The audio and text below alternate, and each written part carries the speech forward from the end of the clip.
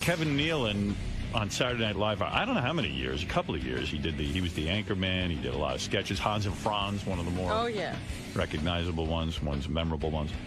And now he's on the show Weeds. Artie says he's one of the best stand-up comics he's ever seen. He's a funny man. Hey, Kevin, great to see you. There he is. Kevin Nealon. There he is, the guy. Big guy. He is a big guy. You're bigger than I thought you'd be.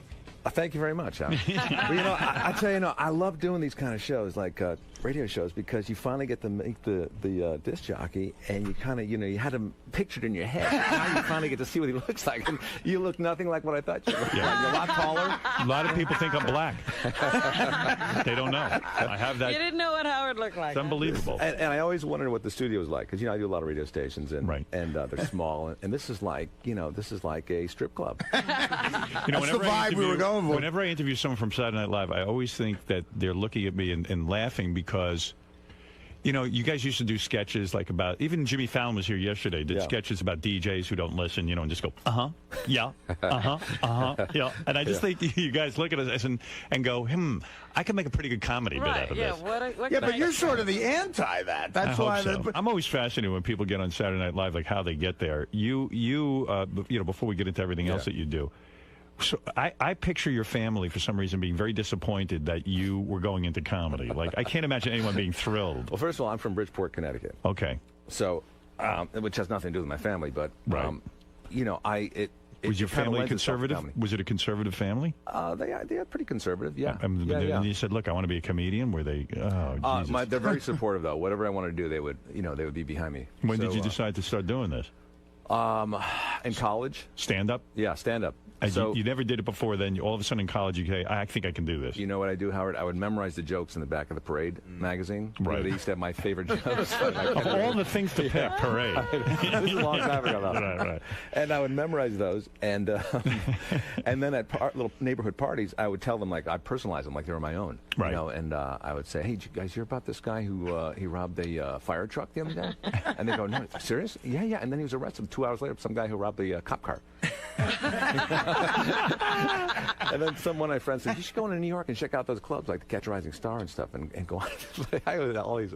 You were going to college? I was, yeah. Where were you? Going to college, Sacred Heart University. Sacred Heart University? Yeah. Where the hell is that? That's in Connecticut? You did not have high SATs, did you? No, I did. I was not good with the SATs. No. But, so I went to Sacred Heart University for 4 years, and then I got out, and I waited a year. And I actually played football at Fairfield University because I always wanted to play football. That was my no kidding. Yeah. What did you play? Quarterback. You were the quarterback. Wow. And the kicker and the punter. No kidding. And some team. Most comedians can't do that kind of stuff. No, they can't. But I took a night course, so I would be eligible to play. It was a night course in criminology, but I went once, and then the next year they found out that I was 21 and only taking one course, so they wouldn't let me play anymore. So then it was time for comedy. I see. So you start going to these clubs. And when do you realize, like, using Parade magazine is not the ticket to the future? Well, I never actually did those jokes on stage, but I went to the Catch a Rising Star, and it was so intimidating because it was a New York club. It was small, everybody was packed in there, and there was guys on there like, Belzer and Barry Diamond, all these comics that were really seasoned and tough, and I thought, I can't do this. Right. It's embarrassing to go up in front of them. You've never done it before. Yeah. So I got to Los Angeles. I've never been to Los Angeles. I think, I'd love to see California. So I got out with a friend of mine. Right. And I just started hitting the open mic nights. And weren't you nervous that your future would be a disaster? Like at first when you start going into it, you go, what are the odds of me becoming a professional comic?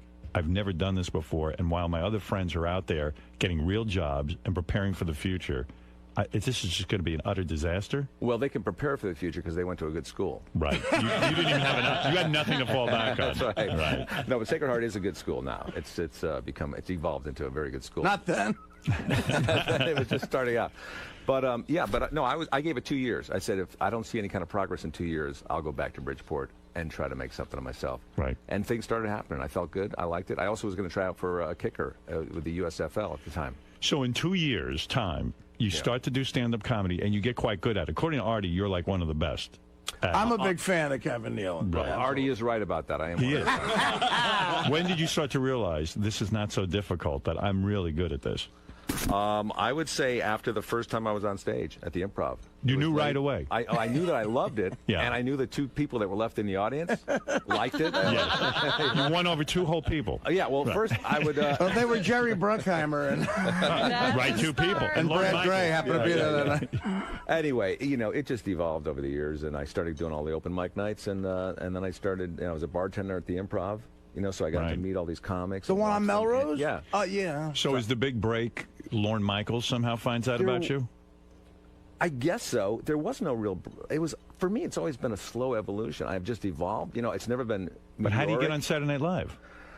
Well, what I did was I was doing stand-up. I'd done the Tonight Show, Letterman. I've done a lot of talk shows, and I was working on the road. And Dana Carvey was renting the room over our garage in the Hollywood Hills. I was rooming with a couple other comics. So he was a friend of yours? He was a friend of mine, and we used to run together. We would run. Right. And then he got on the show that summer, and I was reading Backstage Live, Saturday Night Live, just to kind of live vicariously through him. And I never thought I would be on that show because I'm a stand-up. I don't do characters or sketches. And so he got on the show, and I was dating Jan Hooks at the time, and she was up for the show. You were doing Jan Hooks? I was dating Jan Hooks. Well, I'm sure you weren't wasting your time talking to her. I mean, wow. But the funny thing is we had been friends for like 6 years before that. What happened? You broke up with her, huh? That couldn't have been... Did you break up while you were working? This is the part of Howard Stern I love. No, I'm fascinated. You got the psychiatrist couch here.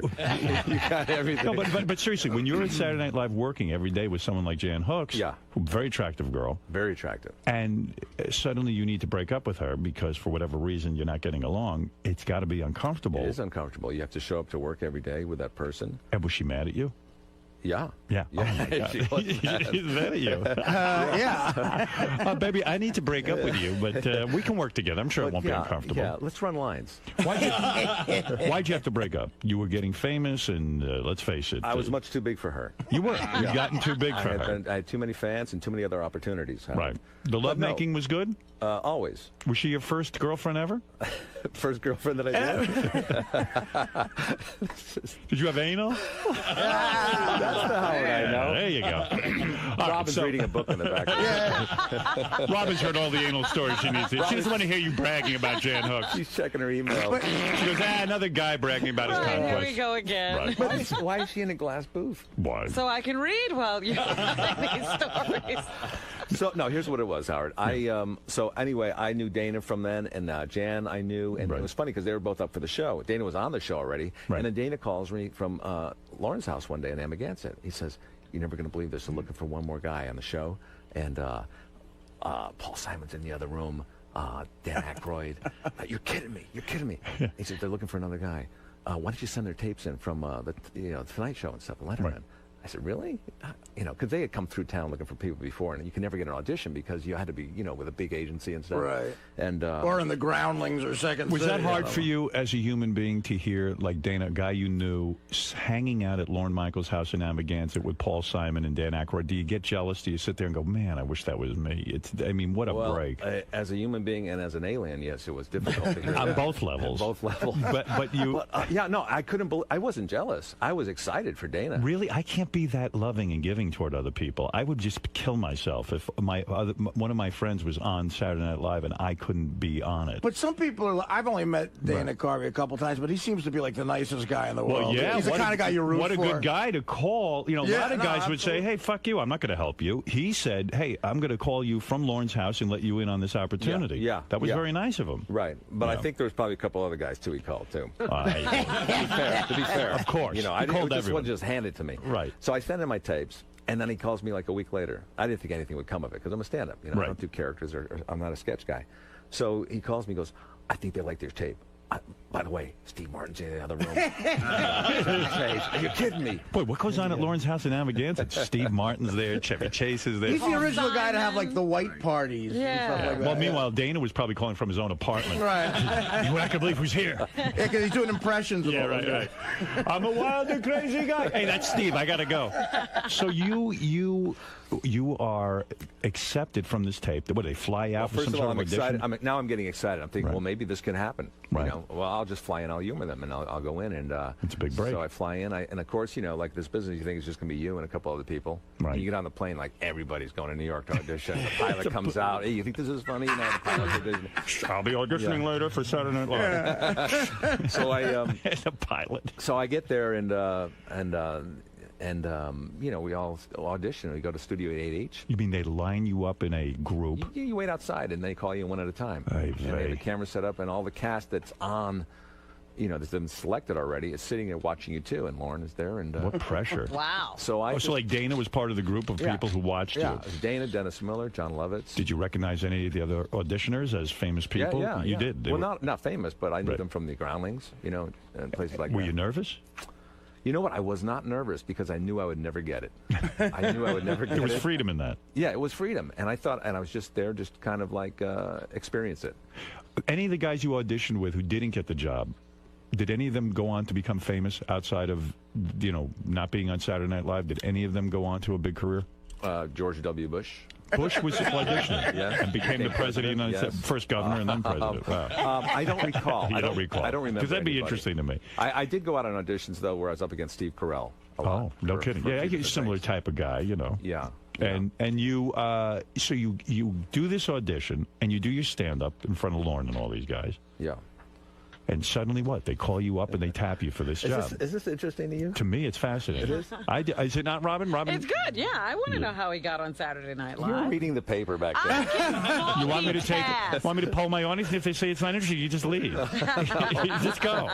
You know what I'm interested in about the tape that he sent in? I was like Norm and Spade, they all really are big fans of Kevin, too. Right. And I've never seen it before, but Norm was telling me, did you ever do the Tonight Show with Johnny Carson? Yeah. Well, Norm was telling me once that Kevin did probably one of the best spots, like in the history of the Tonight Show, as a comedian.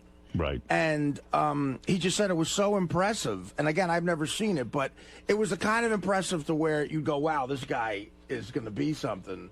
And it's so hard to send in a tape and get people to react off of that. Was that on the tape? Do you know what I'm talking about? Yeah, I do. I think that was on the tape. Right. I did a thing called Choices, you know, what you did when you was a kid. You know, would you rather do this or do that? Now I think there's a game out about it.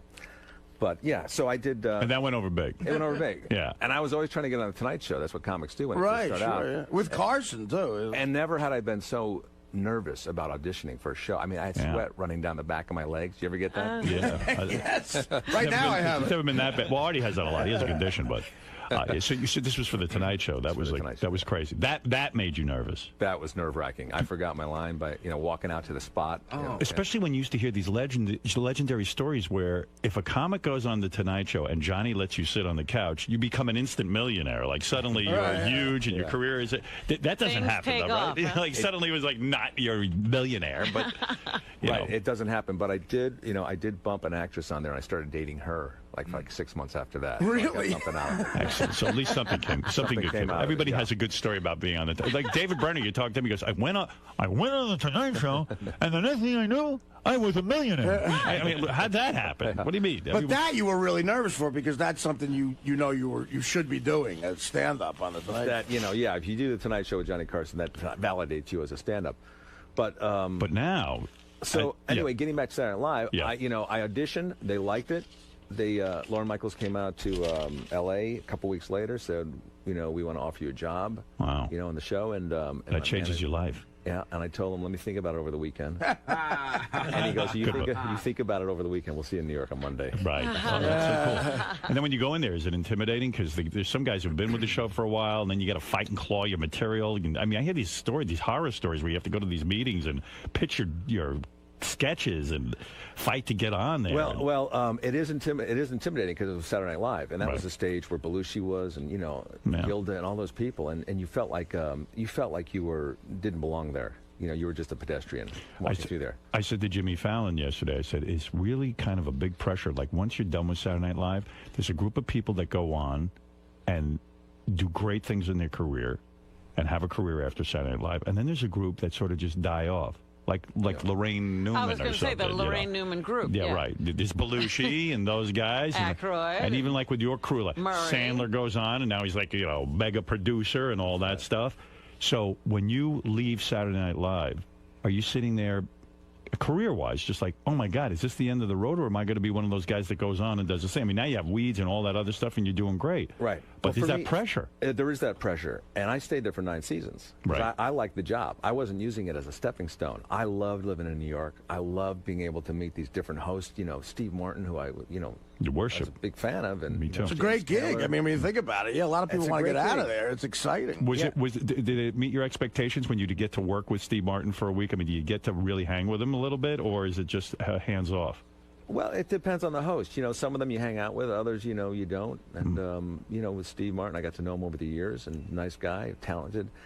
But, going on the show, at first, it wasn't that nerve-wracking because the show was about to be canceled. Right. And we thought, we lived out of our suitcase for like the first 2 years because we didn't know if it was going to be canceled because the show the year before it was doing really bad on the ratings.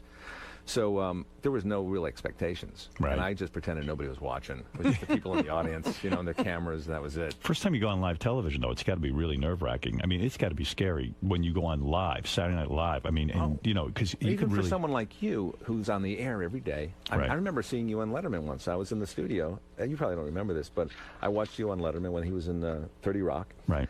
And you came off, and you came right up to me, and you, how did I do? How did I do? Yeah, so insecure. So that's why I hate doing like things like Letterman, because it's even as much as I do this, and this I can be totally relaxed.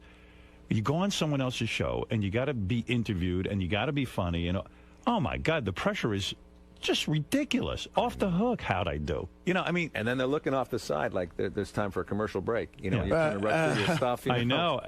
And I don't even know you when I'm asking you how I did. You know what I mean? It's the worst, but like if you were a mean guy, you could have come up to me and just gone, "You were really bad." Yeah, right. Who just wrecked me? I go, "Oh my God, Kevin Nealon thinks I suck. Guy it's must the know worst. something." It's the worst, but then you think to yourself, God, this is what I always wanted to do, though. Yeah, but it's strange. What do you think it is in you that makes you want to perform? Do you think it's an illness? Like, do you want? Like, Are you ill? Are you seeking attention? As a child, did you get a lot of attention? I got plenty of attention. I Right. came from a great family, loving family, supportive. Well, that's unusual for a comedian. It isn't unusual. But Can be death for a comedian. Yeah, that usually doesn't work out for a comedian. Yeah. I want to raise a comedian, raise a real screwball. You got to just really abuse Yeah, them. just do things to mess them up. That's right. Yeah. Robin's coming alive. There you go. She's into the conversation now. Well, I think there's probably something in me that needs the attention. Right. And I like making people laugh. I think it's, if there's a rush from that, this adrenaline where, getting a whole room full of people laughing. It's like you're controlling their emotion. You and Sandler are real close, right? He puts you in his movies and all that. In several of his movies. He's incredibly like very loyal. He's loyal to people. I see that. He really to his unbelievable. friends. He treats them really well. He will not buy any car unless it's an American car. Is that right? That's how loyal he is. Wow. That's good. I like that. He'll Yeah. put up with anything. Yeah, he drives the big caddy. Right. So, now I read recently you attended Jennifer Aniston's 40th birthday party. Now that's real A-list stuff, right? You must How have do some you get very on that list? You must have some impressive friends. You guys, I was telling Gary this before. You researched the people that come on this show. I'm laying in bed this morning at 5 in the morning thinking, what have I done that they're going to find out about? Well, listen, you've got an interesting past. You were married once before to a model. You're married now. I am. It's your second marriage. That's right. But you nailed a model the first time around. Who said I nailed her? Maybe that's why the marriage ended. You never had any trouble with women, right? No. Oh, yeah, I have. I've always been shy. I mean, I'm you very dumped Jan intimidating. Hooks. I mean, that's pretty major dumping. I mean, she probably figured, oh, I could dump him. That was a mutual thing. That was mutual? Yeah, we What dumped went each wrong? other. What went wrong? Nothing went wrong. It was just it ran its course. Tired Sometimes of it. things don't have to go wrong. Right. It ran its course, and the thing about Dana, I loved her. She was very, very Do you want her back? Is that what you're saying? talented. Probably one of the most talented, funniest women, aside from my current wife. Is it that I hard know. to be in, I'm being serious now. Cut the Okay. music. Is it hard to be in a relationship with a woman who's a fellow comedian? She's on Yeah. Saturday Night Live competing for airtime and all that other stuff. The two of you are probably a little neurotic about it. Isn't it hard to be in a relationship with somebody who's in the same show business sort of venue as you and you're both comedians? It's got to be difficult. Hey, listen, I think it's hard to be in a relationship with anybody. Let's say you were dating Robin. Right. I'm not saying you Which I haven't. You are. Yeah. I mean, if you guys broke up, you would have to look at her every day. And, Yeah. and get those darts coming at you. Right. So yeah, it was difficult for a while, Right. and then we started seeing other people, and it became less. And it was rumored that Phil Hartman was dating Jan Hooks for a while. Really? Yes. I didn't know that. Yes, you do. I swear you know to God. everyone. Isn't it true you put a tracking device on Jan Hooks? I read that. You read that. Like Somebody Michael told you. Strahan. You used I to, just saw that on the paper. That's right. I What did happened not know when you? that. But what happened when Are you you and the serious Yeah, about that? that's what there was a rumor. I don't even know So how we it's know true. It is true. that. then. Rumor is true. Rumor yes. is true. Yeah, right. Until proven not. I don't know what Phil did. You really didn't know that? No, I didn't. Wow. Yeah. No, but I'm happy for her if she did. I could be wrong. It would be just be awkward. That's all. She keep dating Saturday Night Live guys. So you you're on Weeds now. This is good. Yeah. This is a good job for you. It's a very good job, because here's the thing, Howard. When I finished Saturday Night Live, it's like you said, where do you go after that? That's right. You know? Why did you leave Saturday Night Live? I left because I had a pilot. Oh. It was called Champs. It was the first Spielberg DreamWorks show, and Gary David Goldberg, who did Family Ties, and But you loved your That's it. Saturday Night Live job, but you said, hey, maybe it's time. 9 years. It's I enough. loved it. But you know what? I had had enough of it. Right. You know what? I was going out to do sketches. I had food in my mouth still from the craft service table. That's how unnervous I was about it. got comfortable with You got it. too Yeah, I was comfortable. too comfortable. Are And you I was- still close to Lorne Michaels? Yeah, I don't see him that much, but I You talk don't? to him maybe once a year. You I do? run into him. Yeah. You run into him, you talk. Yeah. It's a good idea to stay in touch with him. He Yeah, seems to I have a lot like him. going on. I like Lorne. Okay. Yeah. Were you upset that he gave Jimmy Fallon the job to replace Conan? Didn't you think you deserved that job? Isn't it true that you've been secretly going around saying that you're a more accomplished stand-up and that you could handle the job better? Yes, He's been whispering that. I thought he made a big mistake. Did you yeah. think, no, did you ever think about hosting one of these talk shows? Well, the funny thing is, and I'm trying to recall if this is actually true or not, because you forget things after a while. But when Conan was taking over for Letterman, I think he might have asked if I was interested. I'm not sure. I can't remember, but I was not interested. No. I didn't want to interview other people. I know. Look at me. And I didn't want to be stuck in a studio every day. And I know how hard that job is. I know how hard it is what you do. It is hard. You've gotta- It's hard. Jimmy Fallon's describing this new schedule of his. To me, it sounds like a nightmare. It's a nightmare. He He's has in there no 8 in idea the what morning writing jokes, and he doesn't get out till 8 o'clock at night. It sounds like I know it. At first, especially the first couple of years. and a lot of pressure, right? A lot of pressure. So I'm good. I'm doing Weeds now. But coming off Saturday Night Live, I thought, will I ever do anything else again that that will pass this? Right. And I had a couple of sitcoms, didn't work. You did Hiller and Diller with Richard Lewis, right? Thank That was you. on the air. Yeah. Oh, my God. You had to bring that up? Well, he brought it up. What are you talking about? Well, Richard Lewis, by the way, one of the funniest guys I've worked with. He's great. I mean, neurotic, but Right. very funny. Like, he would call me, and I used to watch him do stand-up in the Improv when I was bartending, and he was one of the funny. Packed him in. Amazing hilarious. stand-up, yeah. So I got to work with him, and then he would start to call me, at home, and talk about the show and the lines. And he would get a laugh. If I laughed at something he said on the phone, boom, he would hang up. Because that's how you wanted to go out. You wanted to go out on a laugh. Yeah, ending on a laugh. And I finished laughing. I started talking. So anyway, Richard, I think that hello. Yeah, I talked to Richard about that. That was a weird affect. He used to call people, and he tried it with me. I said, never call me again.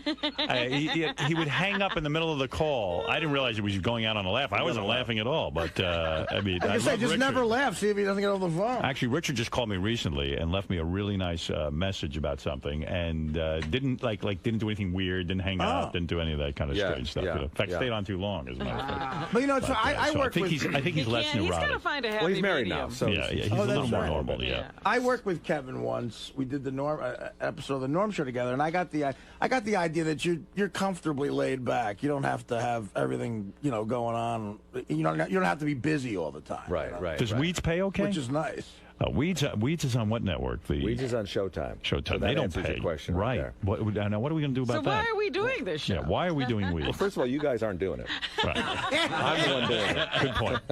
I thought So we let's were cut doing that it. bullshit out right now. Well, we're doing it because I'm living comfortably from my late night Saturday Night Live money. Is that right? Does Saturday Night Live? You got a lot of low-paying jobs. Why do you think I'm doing stand-up? That's true. In fact, no, you can no. see Kevin tonight through Sunday at Caroline's on Broadway, Manhattan, which is great. I should get over there. You should come and see I me. You know really what, should Howard? come I see would you. come with you. would? I don't have a gig this weekend if you're around. I will be around. You know what? And then everybody's going to be watching you. And Are we they getting won't be free watching tickets, or do we have to pay?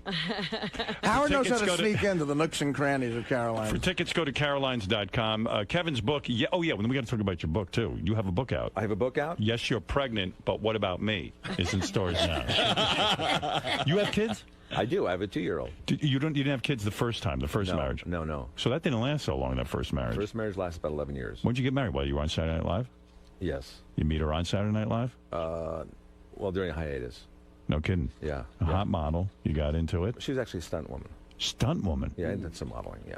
Oh, that means you got a good body. Hey, someone told me a story Little that beat up, but you saw this, that when Steven Seagal was on Saturday Night Live as a guest host, that in one of the sketches he was supposed to beat someone up, beat up a stuntman.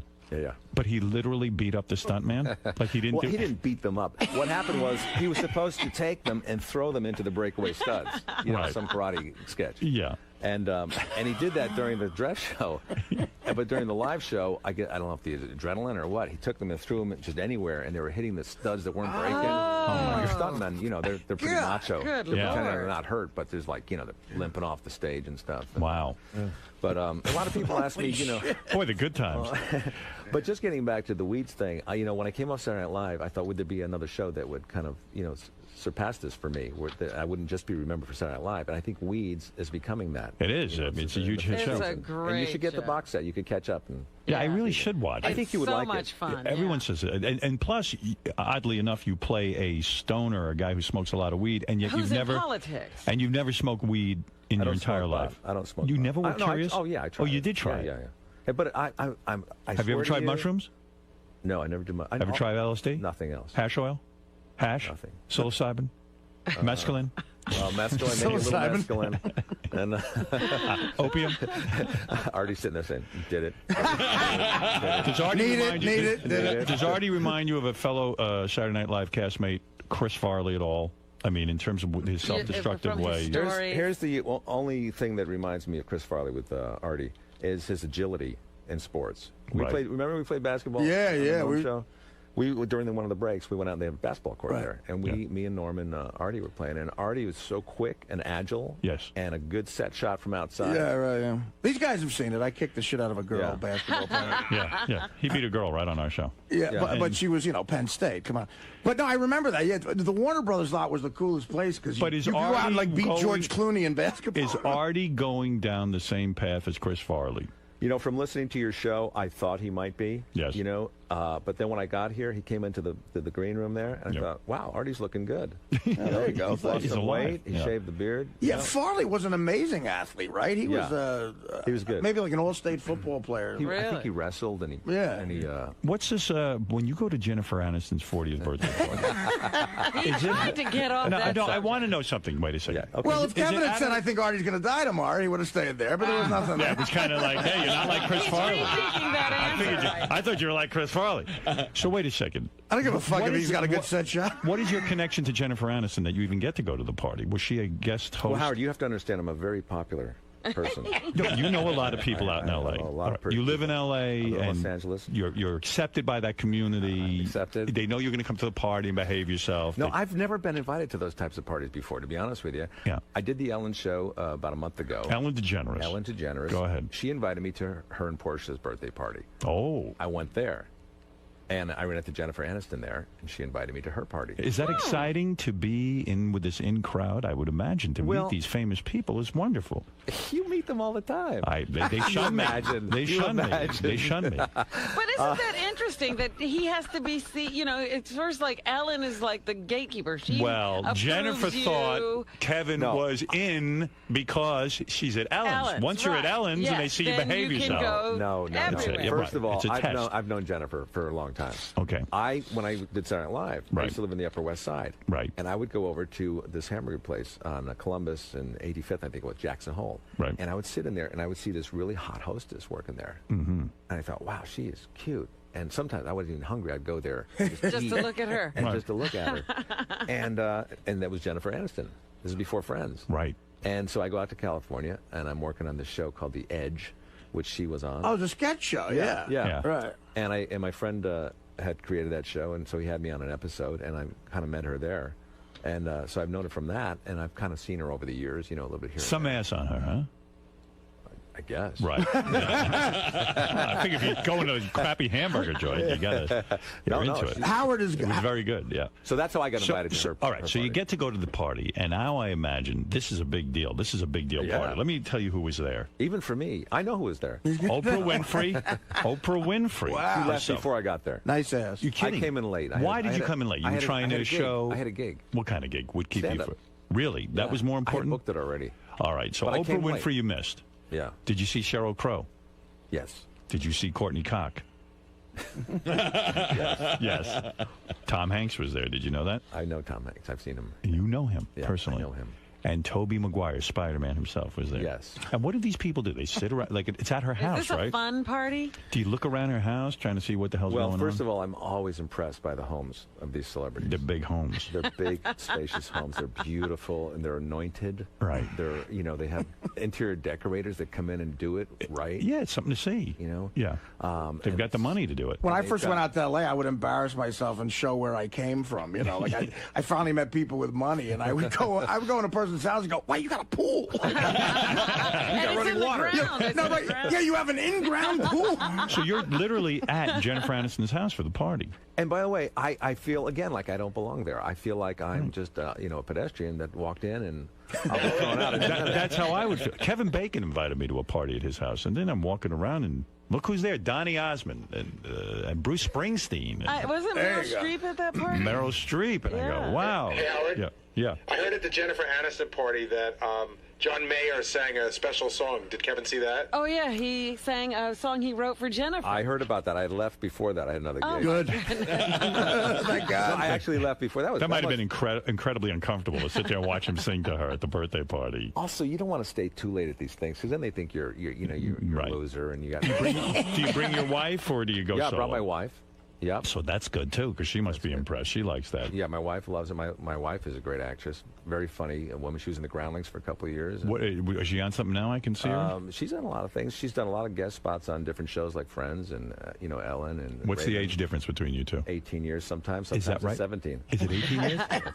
18. We are very similar. And you will be having a baby soon. No, I won't. You got to read my book. No. What does your book say? Does it say I'm going to have a baby soon? Because I'm not going There's no to. predictions and there are no projections, but I think you will. No. If you really love her, I have 3 I think kids. You will. I do Does she love not her. want a kid? No, she does not want a kid. How I mean old is it. she? 37? No, she's 36. And she wants no kids. What was that look you just gave me? No, I'm trying to help you out here. She really says she doesn't want kids. I know they say that. What's the critical time? When is she going to say, well, You've it's been married now? for about 10 months now? Yes, but let's face it, we've been together 8 years. Well, the thing about Beth too is, Kevin, is she's 8 years. 8 years. And I use rubbers. Yeah. The thing about Beth too, you have to know, Kevin, she's not at all a caring person. She's No, I know Selfish she's, just I like know me. she's yeah, very caring. she would never She's be very good with caring. it. She would never be good with a kid. Right. I know she likes animals. She loves animals. She loves kids. She loves all that. But she doesn't have a desire to be a mother. But she is one of the She most. mothers me. But she's one of the most caring people like I've ever met in my life. She So would that- be a I mean, terrific it's mother.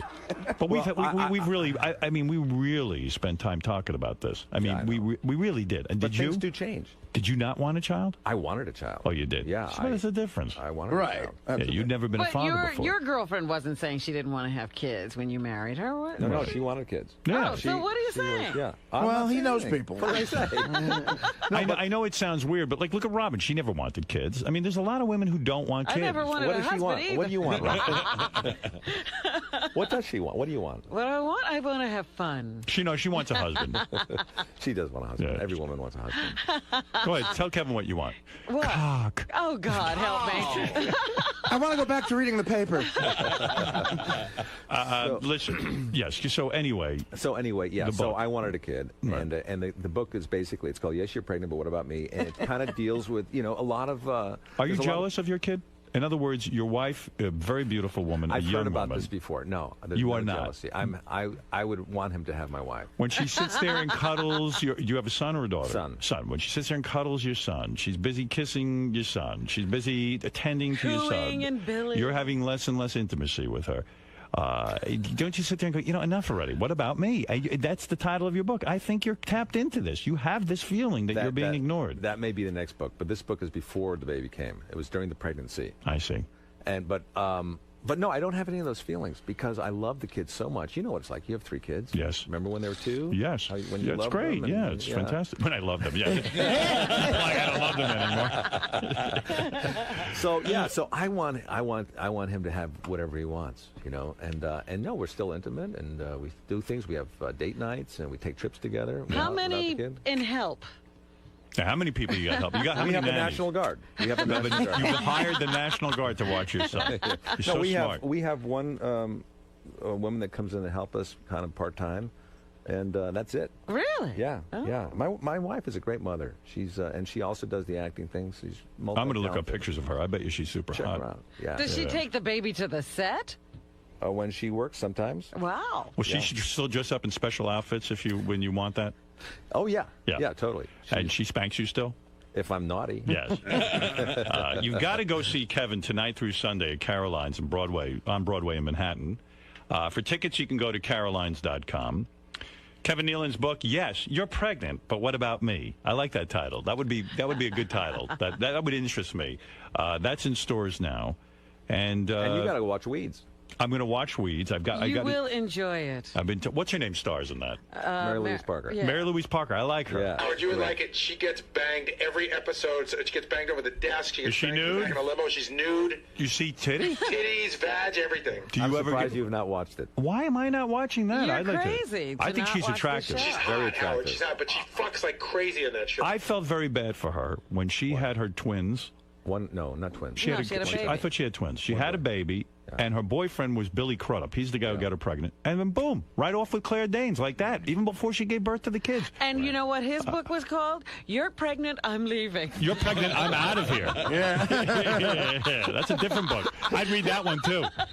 Now, did you have to put up with that whole situation while you were shooting Weeds? I think that happened a little bit before Weeds. Yeah. So did she come into the trailer and talk to you about it? Do you advise her on how to deal with this kind of thing? I'm not good with that kind of thing. You're not. You don't have any personal conversation. Here's what I'm good at saying. Yeah. Here's what I'm good at saying, Howard. I'm so sorry. Is it true he wrote a book called You're Pregnant and Claire Danes Looks Hot to Me? He wrote a book called You're Pregnant and I'm Not Billy Crudup. Right. No, but yeah, she's a great But she's actress. doing okay with that Oh, emotionally? she's great. Yeah, she's great. She's a strong woman and a great actress. Is she doing anyone on the set? Is she involved? I know you of. do not know. All right. Maybe Okay. Phil Hartman. I don't know. It could be. You never know.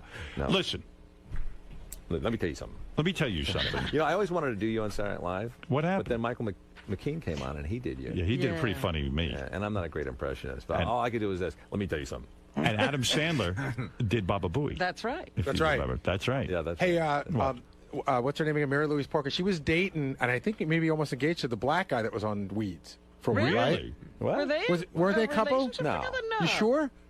Look, I didn't you're hear asking the that. wrong guy. Apparently, I don't know anything that's going on. You didn't know she on was the in show. an interracial. On the show, On the she show, was. she's with him. Yeah, all the news is coming in now. Baba Booey. No, you know. that's On the something show, else. she's seeing him. Like a part Right, of no, the but I thought character. she was. I got it wrong. Here's a picture of Kevin's wife, by the way. All right, let me see this. Her Let me name is see what- Susan Yeagley. Susan Yeagley. Very talented. Very Oh, funny. she is talented. Yeah. Oh, my. Yes. No work Very done. attractive. No work? No work at all. Boy, she is attractive. Yeah. What a body. And and this is before the baby, or Make me an offer. is it? 500,000 That right is. now. Let me take a look at that. Look at that. Right there. This is like being in a courtroom. Go ahead. You want to see Exhibit the A. picture? Before or after the baby? I'm looking at me. I think that's probably before. Yeah. No, that's 9 months pregnant right there. Yeah, oh, wow, that's good. I didn't gain a pound. Yeah. Oh, she's a very attractive woman. Thank you. I can see why I you're- gained 30 pounds during the pregnancy. Is it hard? Is it hard? Did you really? I did, yeah. Is it She's hard? nice looking. My first kid, I gained a ton of weight. You get nervous. You do. You start eating. You're, a girl like this, to get her, you got her on the first date, or did you have to put in a lot of time? Here's what I did. Go ahead. Be honest. I'm always honest. You know me. Not always, but go ahead. Well, I skirt around honesty pretty well. Go ahead. What happened was, I'm going to do a pilot. It's for a friend of mine, John Henson. He was doing a pilot for a talk show. I know that guy, John Henson. Yeah. Nice guy. Yeah.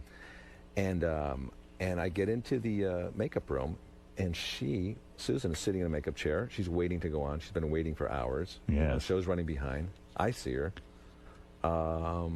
and loud enough for her to hear, I say to my makeup artist, I said, can a single guy adopt a baby?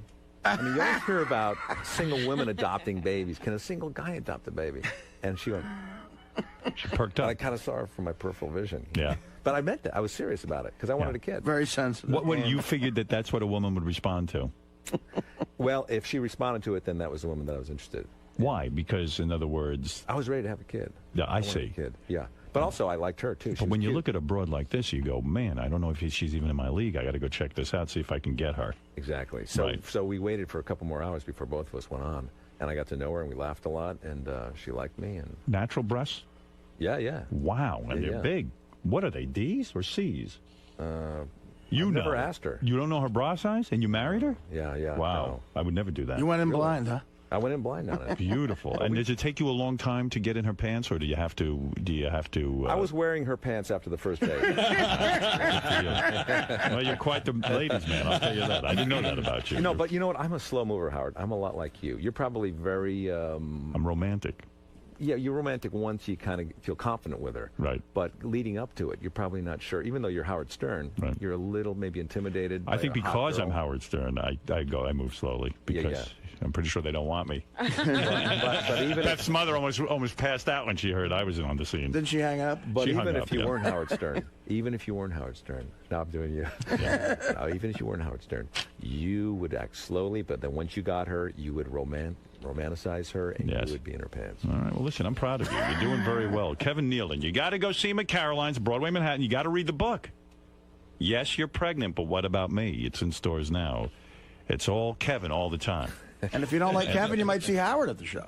That's right. You'll never come. No, I might come. I don't know. I gotta see what's going on. I think you'll find me funny. According to Artie, I will find you funny. Yes. There's no doubt. All right. Hey, Kevin, thanks for coming on the show. Thank you, Howard. It's a pleasure to speak to you. It was exciting. Kevin, how'd it go, man? I don't know. I think it went all right. I think it went well, too. Yeah. I mean, he was very inquisitive, as I knew he would be. Wasn't that painful? It's actually kind of fun. Yeah, well, no tough questions, right? Not yet. They get you on the second time. The second time around, he was feeling you out, right? Yeah, I still, treading lightly. Don't completely trust getting there, though. So don't do anything stupid between now and next time. Don't give him any ammo. No fodder. Yeah. So you had a good time today? That was a great time. It was good to see, Artie and Gary and everybody. And Howard is very congenial, very nice, and I will continue to be a fan and a listener. Awesome. All right, man. Thanks for stopping by. On TV talking about Robin, and this is revealing because this is more than she tells me. This is revealing. It is. What did I tell her? I had dinner on Saturday night, sorry to name drop here, with Robin Quivers, whom I love. Who's that? Howard Stern's. Yeah, I know. Okay. Oh, okay. Yeah. I'm literally falling asleep right now. Yeah, I so see tired. Yeah. And she's dating like a 25-year-old guy. She's dating like a 25-year-old? And Or if he dies, he's 25. Okay, all right. I said, wow, times have changed. I'm not dating. She Stop was having a few drinks. Come on. She was having quite a few drinks. Why are you being so silly about this? So you're dating a 25-year-old. I'm not. You are. You obviously confided in her, and she told it on TV. I said I had dated a 25-year-old. So you're I'm not now? dating any 25-year-old. You're not seeing that guy anymore. No. It's over. It's over. All right. Whatever's over. We're not dating. Where now. did she get that idea then? I'm telling you, when you're talking in a room full of people and everybody's yelling, she probably remembered it that way, but that is not the case. You mean, in other words, she was doing most of the talking and didn't really listen carefully. I'm simply saying there might have been a lot of noise in the restaurant and she misunderstood. When was it over, so we can clear this up? You were in your 20s. Before the holidays. Before the holidays? Yeah. You're talking about before Christmas? Yeah. Why did it end? It wasn't anything. We went out a couple of times. A couple of booty calls, but so why not? Not booty calls even. He was your booty call. He was not a booty call. So you never did him? No. Never had sex with the guy? No. Wow. I'm shocked. You're well, I thought that was shocked. but I thought that was the whole point. You wanted to have sex with a 25-year-old. I told you I don't have that point in me. How far did you get with the guy? You made out, I bet. It's none of your business how far I got. I bet you he saw those titties. I'm telling you. It's none of your business. I hope he didn't, because he brought the shittiest cupcakes up here of all time. I'm actually happy he didn't bang you, because I thought it was highly disgusting. But it is my business. I brought him to you. I mean, let's face it. So, nothing happened. Were you embarrassed to be with a 25-year-old? Did it ultimately, faced with the actual reality, like it was a fantasy, and then faced with the actual reality, you said, I don't want to go there. No. You just didn't like him that much. No, he was a sweetheart. So what's the problem? I wasn't going to have a relationship with a 25-year-old. But you always claimed that. You said, I want to have sex with a 25-year-old. No, I never said that. See, this is what you said. You told me. Howard, I'll work on getting the tape. Thank you. Because you said... Again, I will tell you exactly what I said, because I know what I said. And then we'll get the tape. It's time for me to have an inappropriately young man on my arm. I was talking about going out and being seen with a young man. I don't know. Go get the tape. I know what I said. Gary? Because it's simply what I see sometimes. Gary's already on it, Robin. I know, and that's what he's going to find. It's good to see you, Robin, getting the Inquisition just like anybody else. Oh, please. Are you kidding? It goes around the room. She gets it worse than You're anybody. not revealing at all. But, George, she fights it. You know what? Yeah, I know. She fights it. Like, I said to someone yesterday, I said, George is so great. He just I go, rolls George, over. How many fingers can you get up your ass? 3. 3 fingers in my ass. Why would you have fingers in your ass? Well, there are times I have to apply ointment or... And we don't know a thing about her relationship now. I mean, after your Inquisition. No, but did you ever go out with him and be seen on? Was he seen on your arm? Did that happen? Oh, it did happen. Where did you take him? I didn't go any place fancy, but Fred saw him at my apartment, and we went to restaurants. So your fantasy was to be seen with a 25-year-old. It wasn't a fantasy. It was a joke. But the joke came true. I mean, so obviously it wasn't, many a truth is said in jest. Don't you agree? Mm-hmm. No. I mean, there was some truth in it. You said. All right, here's... And I heard you say that even off the air a couple of times to me. You know why? I won't even tell you the actress, but once I was at a party. Okay. And this actress of a certain age... All right. Turned to me when, I came over to say hello, and we were talking. She goes, oh, let me introduce my boyfriend. All right, I know who it is. This guy he looked like her son's son. And I thought, oh, my God. Did he used to be her driver? Huh? Did he used to be her driver? I don't know what he did before. Okay. I'm simply, and so I said, oh, there must be a point at which women get to a certain age and they think, oh, I'm going to just have some fling with a young guy. And it was a joke on my part. It's not a wish or a desire. Now, when you were seeing this guy, whatever you were doing with him, did you make it clear to him that this is no desire of yours? I don't understand. I did tell him that when I said that, it was a joke, yeah. He knew it was a joke. That was a joke, but he turned out to be a really nice guy, and we had some fun for a little while. I didn't trust that guy. Oh, please. I did. I liked him. He looked He was a little a weird. very nice guy. Whack job. Do you still speak with him at all? Does he call you? No, we Does he haven't write been in you? touch, no. Wow. How did you end it? How did things end? It just sort of, we just stopped talking. Did you say to him, listen, enough already? We have to stop talking? No, it wasn't even like that. It was just like everybody got very busy, and we went our separate ways during the holidays, and that was that. I'm not buying this 100%. Well, I can't help you out in any other way. Either you wanted it and he didn't give it to you, or something's up here. You know what? There were a few complications that he really found unacceptable, I'm sure. Complications that you presented. I don't present them. You guys present them. Steve Langford presented. Oh, please. This guy was busy writing me letters. He certainly wasn't uptight about Steve Langford. No, it wasn't Steve Langford. What?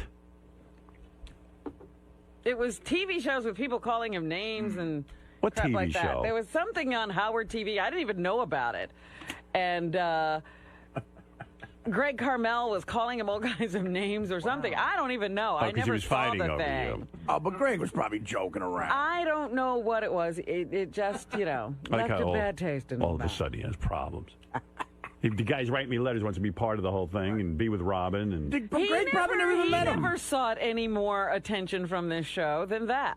Well, you don't allow it. Oh, I don't allow it. Please, there's such rules to dating you. I never had to say anything to him. Poor Jim Florentine ended up like a mummy. The guy was afraid to speak. You had him trained like a dog. Okay, right. Oh, you're tough. You are tough, boy. I'm so tough, right? The guy who falls in love with you over here. The guy who falls in love with you has to follow some rules, boy. I'll tell you that. Like you have no rules. I'm just saying. You have no rules. Yeah, but it's different. I'm a guy. Oh. I have one you can't go around behaving like that. I have one rule for a hot chick. She's just got to fuck me. She could use me for. She could want to get. Use You don't the care show what to get she says. anything. Use the show. Use the fucking. I don't care. Right. What else is going on with John Hine? Look who's here. John Hine got a new shirt on today, and he's all ready to broadcast at 11 o'clock on Howard 100 and Howard 101. What do you have for us, Johnny? Howard, Robin refuted Jillian Barbery's claim that she's currently dating a 25-year-old. And by the way, you should know that I was absolutely right that Robin made statements about dating a 25-year-old. Here is Robin from a broadcast. And I didn't say anything about sex. Oh, come on. Listen to what you said. And all right, let me hear what I said. What would you infer from this? What did I say? Robin, I heard on the wrap-up show that you said you were going to start dating guys like 22 years old. Yes, Is that for real? I said it's time in my life for it, like a ridiculously inappropriate partner. Hey, Robin, we should double date. So you're preparing us for that. Right. Just expect to see me looking crazy with some very young man. Is this What's your dating age range, do you think? Oh, I'm going real young this time. I decided there's a certain point at which I've been watching people in my position, and there's a certain point at which a woman dates a ridiculously young guy. Who are you talking about, like Katie Couric? Yeah, Katie, all of them do it. Who's she dating right now? She's dating a runner who's like a triathlete. Yeah. Like 20 years old. 20-something. He just got out of college, I think. I think I should be visiting my boyfriend in the dorm. Right. Yeah, you should sleep over. Like the parents will get pissed that you sleep over in his dorm and they're paying for it. I want an angry group of parents trying to get rid of me. Look, you don't say you're having sex, but boy, oh boy, that's about the best confirmation. All joking around. Well, I took you seriously. Boy, you're very funny. No, you're funny. That's silly. You make me funny. So, Robin, you're really not dating a 25-year-old anymore? I'm really not dating a 25-year-old So Jillian Barbery just, where did that come from? She misunderstood? She misunderstood. Any young guys? Is that not, I mean, you act possible. as if it's not possible to misunderstand. It is, but... You know, with a crazy conversation going around a dinner table. But you could be dating a young guy. We just want to make sure. I could be doing anything, but I'm not doing that. You've expressed interest in younger guys, so we just want to make sure. Here we go again with this expressed interest. This is a myth you guys keep pumping. I was joking around. So there's no one in your life right now? I didn't special say guy? that. I didn't say anything. So maybe she didn't misunderstand. No. You're misconstruing everything. You're saying... She's saying the word pumping. I mean, come on. What's going on? Please. You guys are making a lot about nothing. I have a very active social life, that's all. But if you were dating a young guy, you'd let us know, right? If I was dating somebody seriously, I'd let you know. All right. Thanks, Rob.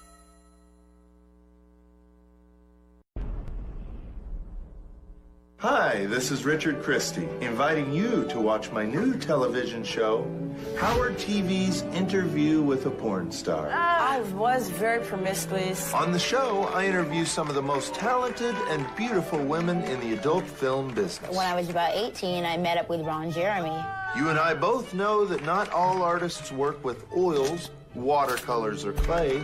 No, sometimes they work with vibrators, dildos, or rubber fists. Did you write all that yourself? Howard TV's Interview with a Porn Star. New episodes premiere every week, only on Howard TV On Demand. Turns me on knowing that I'm turning on other people. Weird for you? No. There was a lot of shit went down. No shit went down. You want to freshen up? I'll take a break. No shit went down. When is the last time you spoke with him, Robin? When was the last time I spoke with him? The other day. Oh, really? Yeah. Oh, okay. So it's not going to be that weird. It's not going to be weird at all. When's the last I time- said he's got to stop returning to this show and just start doing the show again. Every time he comes here, it's a return. Right. He's got to start doing the show. When is the last time you saw him? A couple of months ago. All right. If it's weird for you, just wink at me twice and I'll throw him the fuck out of here.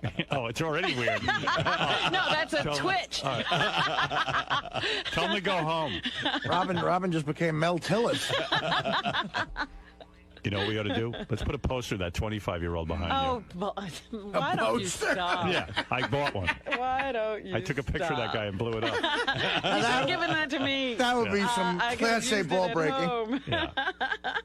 Well, he claims he's had sex since you. Okay. But does that hurt, or you're over him? No. You don't care.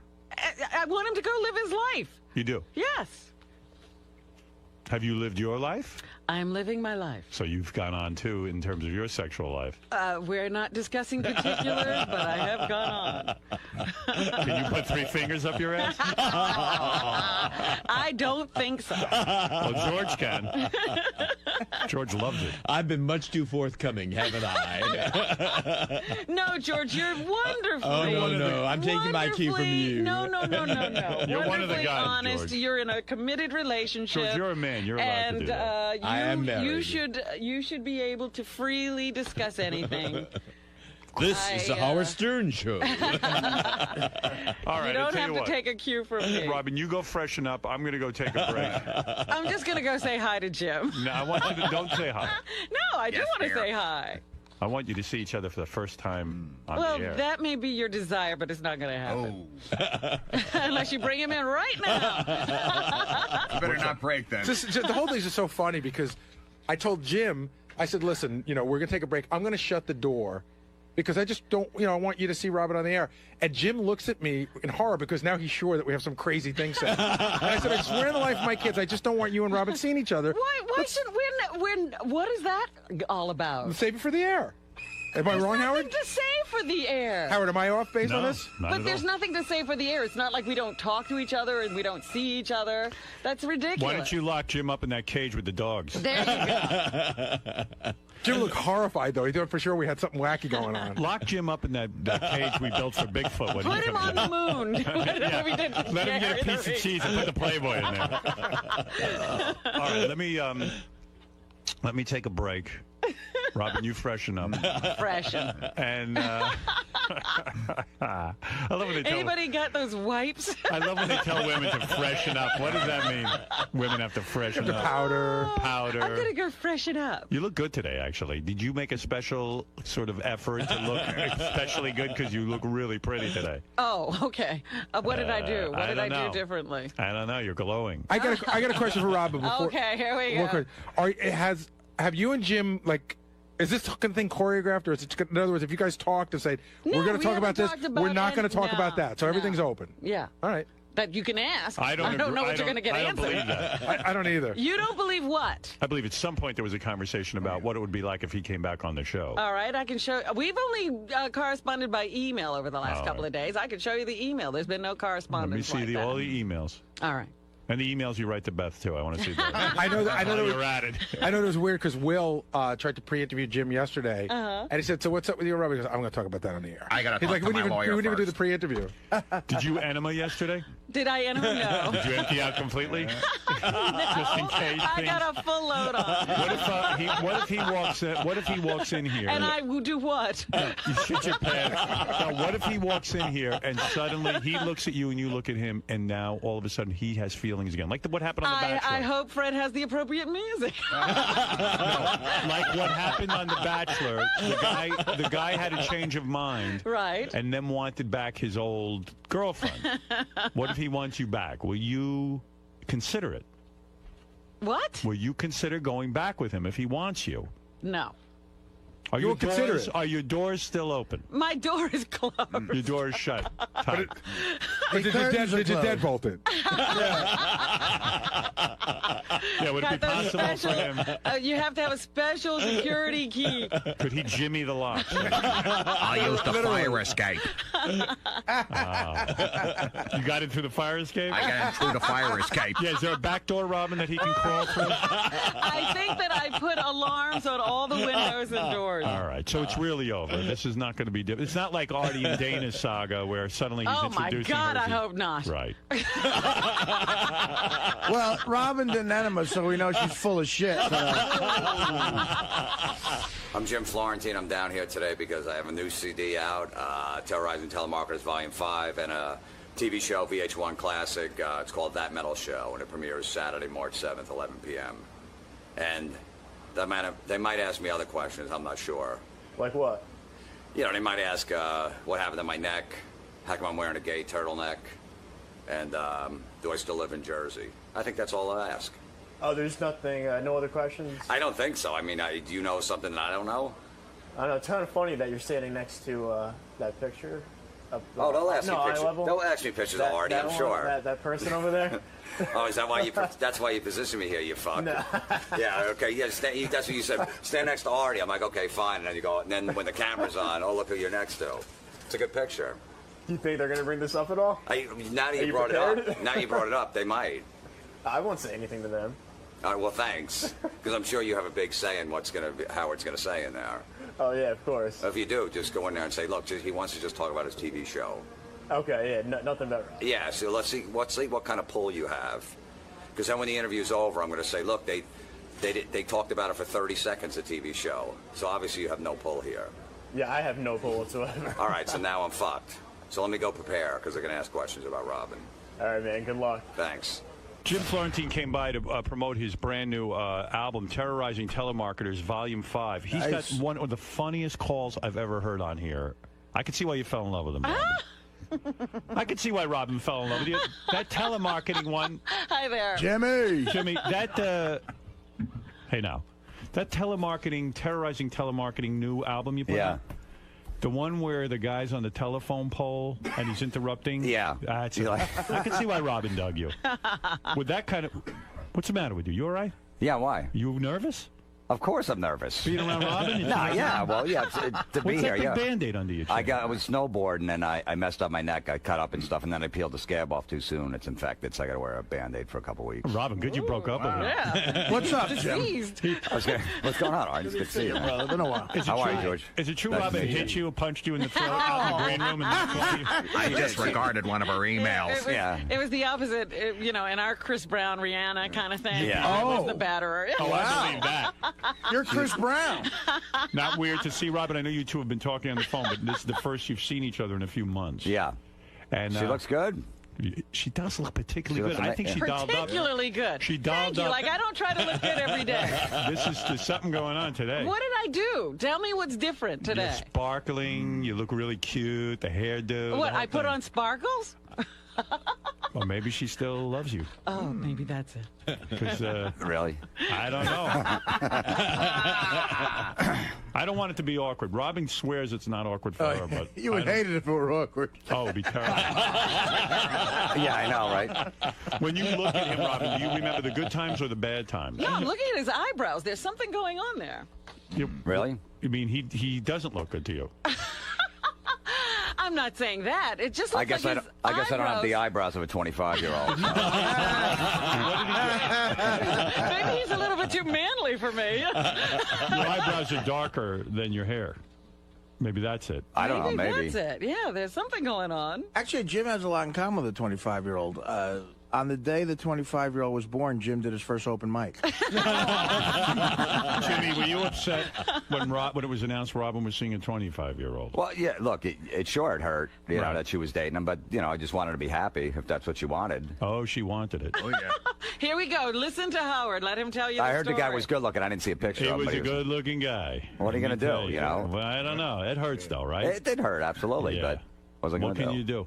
Did you go out and get someone of your own? Not 25. Not 25. No, but 57-year-old hooker. Yeah, go. No, seriously, what did you? I'm sure you did something in retaliation. That's the guy. No, it wasn't that. That's like high school stuff. So anyway, you, Jim, thank you for the picture, but that's fine. Did you? So did you? you're okay with this, being here with Robin now. I know it might have been awkward for a while when you guys first broke up, but now we're okay, right? Yeah, I think, I made a bad decision trying to come back on the show a little too early, and I was like, you know what, we need a little time to make sure everything's okay. So I just postponed it, and I think it's enough time. We talked about it, and why we're both would you? good You with know, it. I think the problem, if I may get into it, was that you didn't really show the true side of yourself to Robin. He keeps saying. I know. Well, here's my theory on it, okay? And I don't know. Robin's You never have a discussed theory, it. but you have no idea what went on between the two of us. I know that Jim had to be on such good behavior around you. It might have driven him insane. Right. That Were you on good behavior? Yes. No, I mean, me and Rob were taking upper deckers all across the country. You never met his best friend Crackfinger. That's your best friend? He's definitely up there, yeah. And like, he's in the top 3. Why didn't I ever meet him? Yeah, why? He just wasn't around, I guess, at the time. And Is that the case, or well, you he's were an acquired taste. He definitely is. You gotta. So you shielded me from him. Well, yeah, I gotta know somebody a little while before I bring Crackfinger around. How long? We knew each other a long time. Yeah, but he has to be 40 with his wife. years. If he's with his wife, he won't stick his finger in his ass. So This guy, you know how this guy Crackfinger got his. You see, this. Let me make my point, and I think you'll agree with me. This guy Crackfinger, who's Jim's best friend. Okay. They go to a party, people get drunk. Crackfinger waits for them to all pass out drunk. He takes his finger and sticks it up his own asshole. He takes his dirty finger and smears it on their teeth and their gums while they're passed out. well, under the nose first, like a smelling salt. Right. And then if they don't respond, then he rubs it in the the gums. Yeah, you don't want to get caught in the mouth with And my point, your Robin, crack hand. and maybe you will buy into this, all jokes aside, if you can't meet Crackfinger, for whatever's in his head that you somehow can't handle Crackfinger, then how can you be the girl for him? Because he feels so much pressure to please well, you. you're probably right. Right? I mean, he should have. You're probably right. He should have brought Crackfinger around. Or not. Well, I'm saying if you were going to be in a relationship. No, I was afraid Rob might take a cat nap and he might get her with Crackfinger. I'm a 300-pound slob. I don't want Crackfinger around. He did this really funny thing. They had a card game for the Super Bowl. They were outside playing. He goes, look, if anyone puts their beer on the table because it's going to get wet from the moisture and it's going to mess the cards up, I'm going to piss on them. Okay. And everyone's like, okay, fine. He goes, seriously, I'm going to piss on anybody that does that. After the first hand, he puts his own beer on the table. You put it on? He goes, fine. He takes his dick out and pissed on himself. Sat there and pissed on himself. The man of his word. Yeah, exactly. Is this guy insane? No, I mean, he's married with 2 kids. Is he a big guy? No, he's just a normal right looking guy, you know. But but if Robin couldn't meet Crackfinger. So, I mean, Howard is right. Yeah. You didn't feel comfortable with me in your Eventually, life. it's not someone you bring around in the beginning. You know, you wait a little while. I'm sure you have friends like that. You don't want to bring around Beth at first, right? But you need a girl who is going to accept Crackfinger. Now, I think Robin What could have girl accepted- would? I think Robin could have. You didn't give Robin the chance to He accept didn't trust Crackfinger. me, Howard. Robin might have said, you know, that Crackfinger is hysterical. I love when he does the smelling salts routine. Or he pisses his pants. I mean, who knows, Robin? You know what I mean? In other words, He Jim, didn't try. He didn't try. He didn't try. And I'm here to say, on Robin's behalf, and I know I speak for her, you can be comfortable showing Robin Crackfinger. Well, it's a little She can late handle now. it. It's a little late. I don't care to meet Crackfinger. Are you like The Bachelor? Do you watch the show The Bachelor? I doubt it. You're a real man. But you're not a half woman like me. But on The Bachelor, he got confused. He broke up with one of the women. He chose the other woman to be his wife. And then he changed his mind. And now he went back to the woman. Is there a chance that you are going to try today to win Robin back? Is there any chance that that could happen today after seeing? After all the Crackfinger talk, it's probably not going to happen. So you two are done. Robin I don't says know. it's over. There's no way I don't know. You know, you can't can't predict the future. Right. You know what I mean? I don't know what happens on the road. I think we got a good friendship now, and we'll see where it goes. Right. You know, you never say never. You thought you were never going to get married again, but it happened. You two genuinely like each other, though, right? Do you like him? Yes. You do like him. The only thing He's becoming one of my best friends. That's crazy. I know. Maybe And he you'll- still won't introduce me to Crackfinger. I will now. You're not trying to woo Robin. Why not introduce her to If she wants to meet him, that's fine. I just wouldn't shake his hand because I don't know where his fingers have been. I feel Robin should be invited to some sort of gathering where Crackfinger is there. And she should meet Crackfinger and see how she does with it. So an AA meeting? As a man who's been around Robin a long time, she'll surprise you. She's very resilient where you think maybe she would not be up to something. So this is a good thing. No, that was one thing about Robin. She She can hang wherever. That's you know what I right. mean? And maybe I had that preconceived notion that she can't. She can sit in the back of a comedy club, some shitty comedy club, and just chill. I was a little nervous about that at first. I'm like, I can't bring her here, this and that, but she was fine. Everyone has an image of Robin that she's some highfalutin, woman. She is willing to slum it, so to speak. You are. You're calling Jim slumming? Well, come on. Look at Jim. Where do you think Jim's going? No, you got a Were you point. ever afraid that Robin would be attracted to Crackfinger and start dating him? He is very handsome. He is a handsome and he's a guy. funny dude. Yeah. Well, I'm glad you two guys are able to be in the room together and laugh and be friends. I'm sure you're very happy about that. It would probably be better if it was more uncomfortable. I sense there's some discomfort, though. I do sense discomfort. Between me and George. Yeah. There's discomfort in the room. How are things going? How are things going professionally? It's going great. I got a show on VH1 Classic. No kidding. Yeah, called That Metal Show. It will start the second season this Saturday night, 11 o'clock. Oh, yeah. No, is that what you're doing with Eddie? Yeah, Eddie Trunk and Don Jameson. It's a good show. And what goes on that show? It's like a best damn sports show, period, but for hard rock and metal music. We sit around and talk. It's really very funny because they talk about heavy metal music, but in a way, it's a sporting event. Oh, I saw one No kidding, episode. I'll watch it. It's great. I saw an episode. They start talking about obscure. Like, no, he was the third bassist of Megadeth. And the crazy audience knows more than they do. It's good. It's a niche audience that watch it. You've always been into heavy metal. Yeah, right? I like the hard rock and metal. Yeah. Right. You go to what show did you go to recently? Slipknot. Slipknot. Yeah. I mean that's me and Richard. Yeah. Do you? They will have arguments on the show about who has the better fan, Rush or the Kiss Army. Yeah. Oh, that's good. Yeah. Now, Robin, is it difficult for you to watch Jim's show? Why would I watch it if it was difficult for me to watch? Doesn't it bring up romantic feelings, No. the good times? No. I enjoy the show. Do you ever sit there and watch and go, oh, my God, he was inside of me? Oh, no, I don't say that to myself. You never say that? You never say that to No. yourself? No. When you sit here and look at Robin, do you ever go, remember that time in bed and I was inside of you? And I mean, I do that when I watch Howard TV. It is weird to be in the room with someone who's inside of you. But me, I totally forget. Like, See, I do too. I wipe it out. When I see people I used to be with, they're like old friends. I don't remember There's any of nothing- that stuff at all. Wow, I guess sexual I experience wasn't that good. No offense. But the best the most special sexual experience you have, you think would like sort of be in the room. Like, can you remember it and say, there's the man who gave me that experience? You can't do that. There's the man that shit on me. Well, now that you are trying to put it in my head, I won't go there. Right. It's always weird, but you two are very adult. I like that you We work weren't through it. always. It was a little tough. Yeah, for a That's while. good. That's healthy. You see, I never do that kind of stuff. Like Robin could get angry and you can get angry and then you talk about it and you work things through. I don't do that. Well, actually, I get angry and Jim talks things through. You don't give up on her.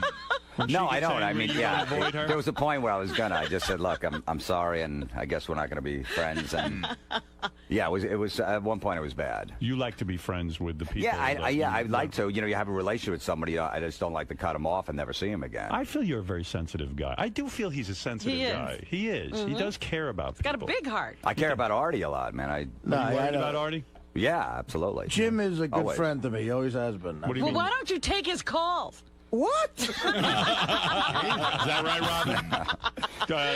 I don't take anybody's call. Artie doesn't take Jim's No, calls? it's I'm too expensive for him as an opener. You know what I mean? When you start moving up, it's like. All right. Well, first of all, I thought we were working together a couple weeks ago, and then you were on the road or something. No, I know. I'm going to do Down. some shows with him. Yeah. No, but I am there. Absolutely. Look, you don't want to.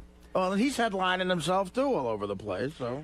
Who has the bigger fans? Who has the better fans? Kiss Army or Rush? Or Rush? I would say probably Rush. I disagree. I was never a huge Kiss fan. I never really got it. I never got it. I never got I didn't Kiss either. Me neither. I like the stuff, but I never got it. I consider that more theatrical kind of stuff. But the Kiss Army, unless I'm wrong, They seem to have made Gene Simmons the richest man in America. They seem to buy whatever shit he all puts that out. crap, yeah. They seem to follow Kiss around, and they really are, ecstatic over them. I don't really know too many Rush. What do you know Army- about Rush fans? Nothing. Nothing. I mean, I don't even know any Rush. But that's why you don't have to be a hardcore fan of metal to like the show, because the arguments are just so entertaining. And then you see these guys from, what is it, the 80s they were big? Yeah. Right. They are still dressing the same way. It's the funny, it looks like Halloween, that show. So why do you think Rush has the better fans? I never got the Kiss thing, so that's why I said Rush. Oh, I see. But to me, either crowd doesn't get any chicks at their shows. Right. But how do you evaluate the better fan? I do it by the fact that they support Kiss, and no matter they put out a casket and people buy it. Well, also Rush, hasn't been played on the radio. They put out an album every year, and they sell out like 2-3 nights at the Garden all the time. I see. And you're like, they're still around, but they got hardcore fans too. They got Geddy Lee. I mean, they don't just sell all their shit either. What is your fascination with Oz from Stryper? What is that all about? Do you ever discuss... No, I like that band Stryper. Richard likes them too, yeah. Do you ever discuss that with Robin, or do you leave her out of that? And we never got to that. That's my point with you and Robin. What? You Look, never we brought went to her into shows. your We went world. to Van Halen. We saw Stone Temple Pilots. Was she fun when you brought her? Absolutely. Then? What the hell's She the was problem? drinking beers. I like you two together. You know what I mean? What's the problem? Why are you two not together? You love the shows. You can take Robin anywhere. She's got the big cans. She's up for it sexually. Here we go. I know she's good in bed. I just know it. I don't even doubt it. Really, you All think right, so? she doesn't like to blow you, but she'll definitely put out. No, you've admitted that. But she doesn't like to Whatever blow? you say. She'll do Whatever it you for you say. begrudgingly. She told me that. Okay. You did? You're right. You're absolutely right. Okay. Didn't you agree? I didn't see her make a face before. Like she was going to do the dishes. I feel like you two are perfect for each other. I don't know. It's upsetting to me. I really thought this was it, Robin. Well, you were wrong. I saw You've Wedding been Bells. wrong before. You saw Wedding Bells? I saw her walking down the aisle. You've been wrong before. I saw her walking down the aisle. I'm telling you. I feel feel bad for Fred too, because now he can't do the impression anymore. It really bothers Robin. Yeah, for a while I wanted to kill Fred. This is why I think Robin is still in love with you, because she can't even bear to hear Fred do No, your no, voice. I like it. I always do. loved it. But for that moment that I was not so happy with him, it was a tough thing. People come to my shows, go, "Oh my God, your act isn't that dirty." I go, "So what do you mean?" He goes, "I hear you on Howard Stern every morning, and you're disgusting. The things you say are awful. I didn't want to come see you. My boyfriend dragged me here." I go, "That's not me." Well, would Crackfinger have been your best man if Robin and you did tie? Would he have hit Well, I would have hoped that I would meet the best man. He probably, either that or one of my brothers. I'd probably bring Crackfinger in just because it's more interesting. I think Robin really liked your family. I think that was devastating for her, because she not only lost you, but she lost your entire family. Oh my God! Well, she only met him once, but no, I mean, I do have Really? a close. I'm close with my family and stuff, and she did like that part that I was. She did like it. She Yeah. liked that about you. Yeah, she liked you. I'm telling you. I think. I still like him. You do. It's not a past tense thing. I think the back door is open. If The you wanted back to crawl, door? If you wanted to crawl in the back door. Which back door? She locked the front door. I don't mean the ass. I'm talking about literally. Robin is closed off to George you. is confused. But who knows? George heard back door. He's like, "Whoa, who's?" I thought when you were talking about Rush, you were talking about Rush Limbaugh. No. Oh, dear George. George, don't you think the two of them were a good couple? I think so. I think they're lovely. Even now, I mean, I sense warmth, more than warmth. The real We have a great deal of affection for undertow each here. other. That's it's not a secret. Roy, Roy. You just called him Roy. My friend Roy's in the dresser. Do you think I look gay with this turtleneck on? That's what I want to know. I think you look very good. You look very. That means you look gay. That means gay. And If he said that. You well, look very good, Artie yeah. dressed in black yesterday too. I did, yeah. but not George, here. are you attracted to Jim as a man? You know, I'm attracted to beautiful people. Is he beautiful? Man or woman. Yes, he's very attractive. Right, Robin. What would you do to him? What would Would you blow him? Well, Robin doesn't like blowing. I think, Robin, I don't need to tell you. George, I got an extra orifice on my neck open. So. I got to tell you, so Jim put out a new Terrorizing Telemarketers, Volume 5, believe it or not. We play his stuff Good all Lord. the time. In fact, when we started the channels, I think Jim was 90% of the programming, Yeah. because we always played his phony phone calls. But I heard this one. This is a great premise. I'm going to, if I may, I want to play a clip from Please. this. So the premise of the telemarketing series with Jim Florentine is that whenever these telemarketers call his house, he fucks with them. Yeah. He goes out of his way to get them to call. So this I thought was rather brilliant. I feel a part of this because he was working on this while we were together. Oh, you were. This is how he shows off to you. Yeah, she was in the creative process. I go, I got a good call to her. I said, what was it? Yeah. And another cool element of this, from like a production standpoint, it's not a pain in the ass because if they call you, you don't have to get permission from them, right? Technically, you don't have to, but Right. you know, as long as you beep out name and company, we do. But you know, because everybody could sue for everything. But, all right. So listen to this. Jim gets a call from a telemarketer, and he, in the middle of it, there's a guy from the phone company working on the pole outside who interrupts the phone call and starts to advise Jim during the telemarketer's pitch. That's Don Jamieson, my buddy Don. Oh, is that Don? Yeah, Okay. yeah. Well, this is great. This is really good. Enjoy this one. This is from Terrorizing Telemarketers, Volume 5, Jim Florentine.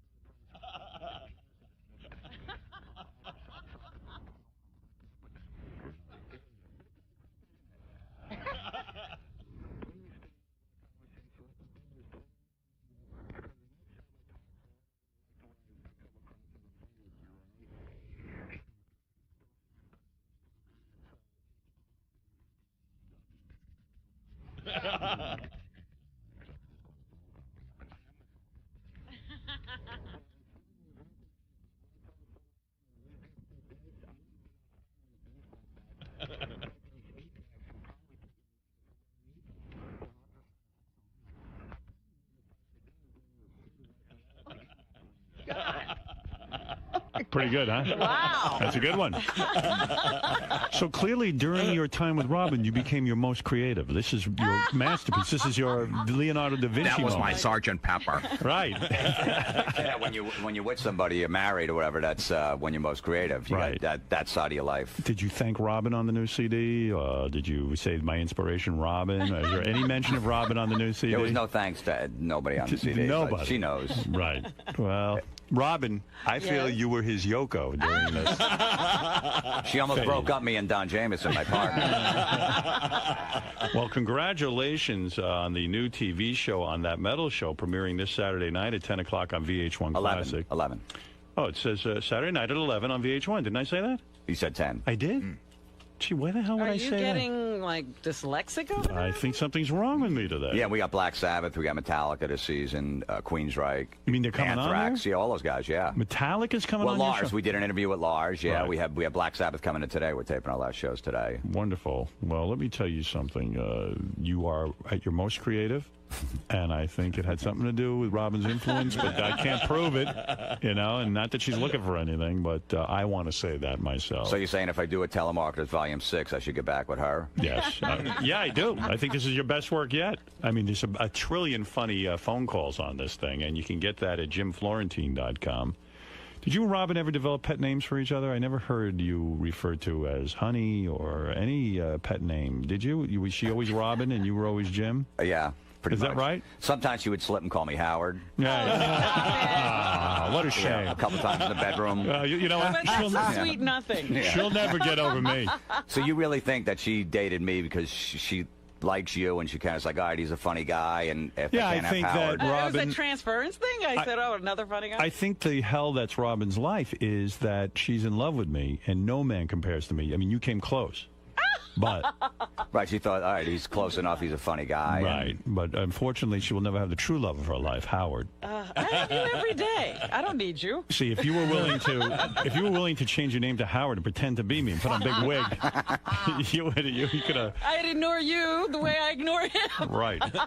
You don't think Robin could get into your lifestyle, going to bed at 8 o'clock every night? Oh, she'd love it. Not traveling. She goes to bed late and travels. That's not my. She does. I know. I mean, we'd stay up till about like 10:30, 11 o'clock. Wow. Before she had to go to work. Wow, that's unbelievable. And then she gets up all fired up. Do you think it's from those coffee enemas that she's caffeinated heavily? Well, you know, eating healthy and taking care of yourself definitely gives you the energy. Did you ever see her take an enema? You never saw that. I put one in. You did. Now there's a revelation. Offered, I told her it was a coffee. Did he offer? I told her it was a coffee enema. It was something else. Hey, here's a coffee enema for you, honey. Don't turn around. Well, listen, I guess I'm happy for you guys. You seem like you're over one another and still remaining friends. That's incredibly mature. George, let that be a good lesson to everyone, that you can be friends with the person that you break up with. A lot of times people get very immature, and these two have proven. Why did you address that to me? Well, because I don't think. What is he saying about you? Because I know you when don't you believe. and Brad break up? George has confided in me. He doesn't believe people could be friends after they break up. He thinks if Brad breaks up with him, it would never be the same. They would not be friends. It would not be the same, but I'm sure we could be friends. I know. I'm just kidding with you. And I can't imagine us breaking up. He could have addressed it to you or me, and he knows I'm empty inside. Well, cuddle him up, and I could adjust to a lot of things. Oh, well, thank you. Jesus Christ. I've adjusted to you. I know. Were you turned off to Jimmy's big balls, Robin? Oh, here we go. I never noticed his balls being particularly big. They're big. All right. You spent more time with him, obviously, Let's than whip I out did. that sack. There was a few years it was definitely overblown. It looked like I had elephantitis. Right. But they went down for some reason. Really? Yeah. I saw the elephantitis balls. Yeah, I believe, you at saw the the last month of elephantitis. I think Robin's it's the been Joyce known to- Kilmer rest stop. Robin's been known to hang around a few men and basically make their balls get smaller. What are you guys doing seeing his balls? He showed it to me at a takes rest pictures. stop. Oh, really? Yeah, that's his thing. You go displaying yourself. Well, yeah, if you got something big, you might as well show it. If I had a big dick, I'd be showing everybody. Why not? He's got big balls. Do you like that, What's George? big now? George, do you like Are big you ready balls? to display? You're getting a proposition, George. I mean, George, do you Yes. like big balls? Well, it depends on who comes with it. Right. Okay. Well, like one was bigger than the other, so it was like that movie Twins, Schwarzenegger and DeVito. Oh, it was off balance. Yeah, the left one was bigger than the right for some It's reason. not aesthetically balanced. Irish John, you're on the air. Jim Florentine here and his new album, Terrorizing Telemarketers, Volume 5. Available now at jimflorentine.com. Go ahead. Good morning, Howard. Hey, Jim, I just want to say that metal show was excellent. That Van Halen skit you and Don Jamieson did where you were outside the concert before the show pretending the band was talking to the fans, that was fucking hilarious. What'd you do? We told the fans outside the garden at Van Halen you could see him on a closed-circuit TV. We had a camera. I go talk to him. You ask them any question, they'll answer the question. So we had fake earpieces in. And one guy's like, we just want to say, Eddie, you're a great guitar player, and I like you. He said, Eddie, what that guitar you played on the first album, where is it? I haven't seen it since. I'm like, Eddie said, "Why'd you bring that up? Someone stole that guitar." Now he's all pissed off. He's like, "I'm sorry." I'm like, I go, Eddie just left the room, and now the next ask Alex something. He goes, "Alex, you're a great drummer." He's like, "Why'd you say that? There's a lot of good drummers out there." He goes, "Well, I just was saying something." And by the end of the bit, everyone was out of the room. The whole band. He scared the whole band away. I go, "Look, security wants you to put your ticket up to the camera because they want to see where you're sitting." The guy's like, "Should I run?" And the guy just ran away. He ran away. He ran away because he scared the whole band away. And Don Jameson started making out with some fat chick, like this big, fat, disgusting chick. I don't know what the premise of that was. Well, no, because I said, David Lee Roth, you want to come backstage? Dave will give you a backstage pass. He's like, yeah, definitely. I go, okay, you have to make out with my co-host, and you get a backstage pass. So Don made out with like 6 chicks. It was great. That's unbelievable. It was great. They were willing to audition. They were willing to actually make out with Don in order to get to They made out with Roth. 6 of them, and then afterwards they go, we're only joking. Right, and they don't mind. They didn't mind. At least and they got Don to make got out 3 with numbers. Unbelievable.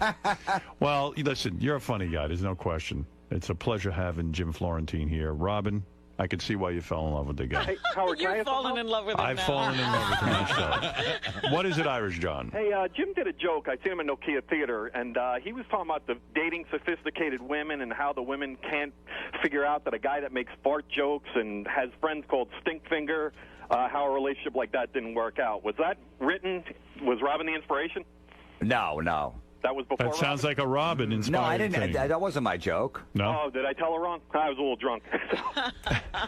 You never even said You heard that. something that didn't even get said? He said something about dating a woman and, how they don't understand how they can't get along with a guy who's so childish and tells fart jokes. All right, whatever. Who cares? Mark, go ahead. You're on the air.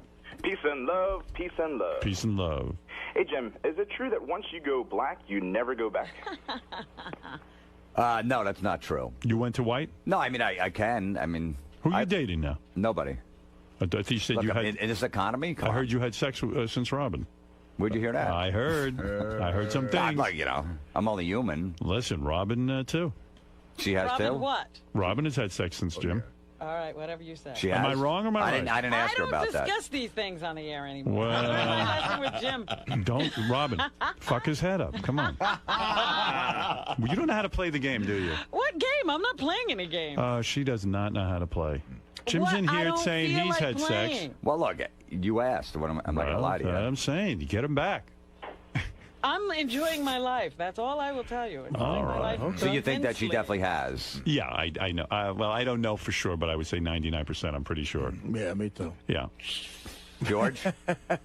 I'm not here enough to know. Come on, Fruity. I heard her singing, I'm going to wash that man right out of my hair, about 2 weeks after you guys broke up. Let's go to Jay. Jay, you're on the air. Hey, Howard, how you doing? Hey, brother. I actually have a bone to pick with Artie, but the reason I'm calling, I saw Jim in Atlantic City about 2 or 3 weeks ago. Great job, Jim. You're a funny man. Thanks. But just to let Robin know, he was with a blonde right before the show, and I must say, Robin, you definitely look better on Jim's arm, than that blonde did.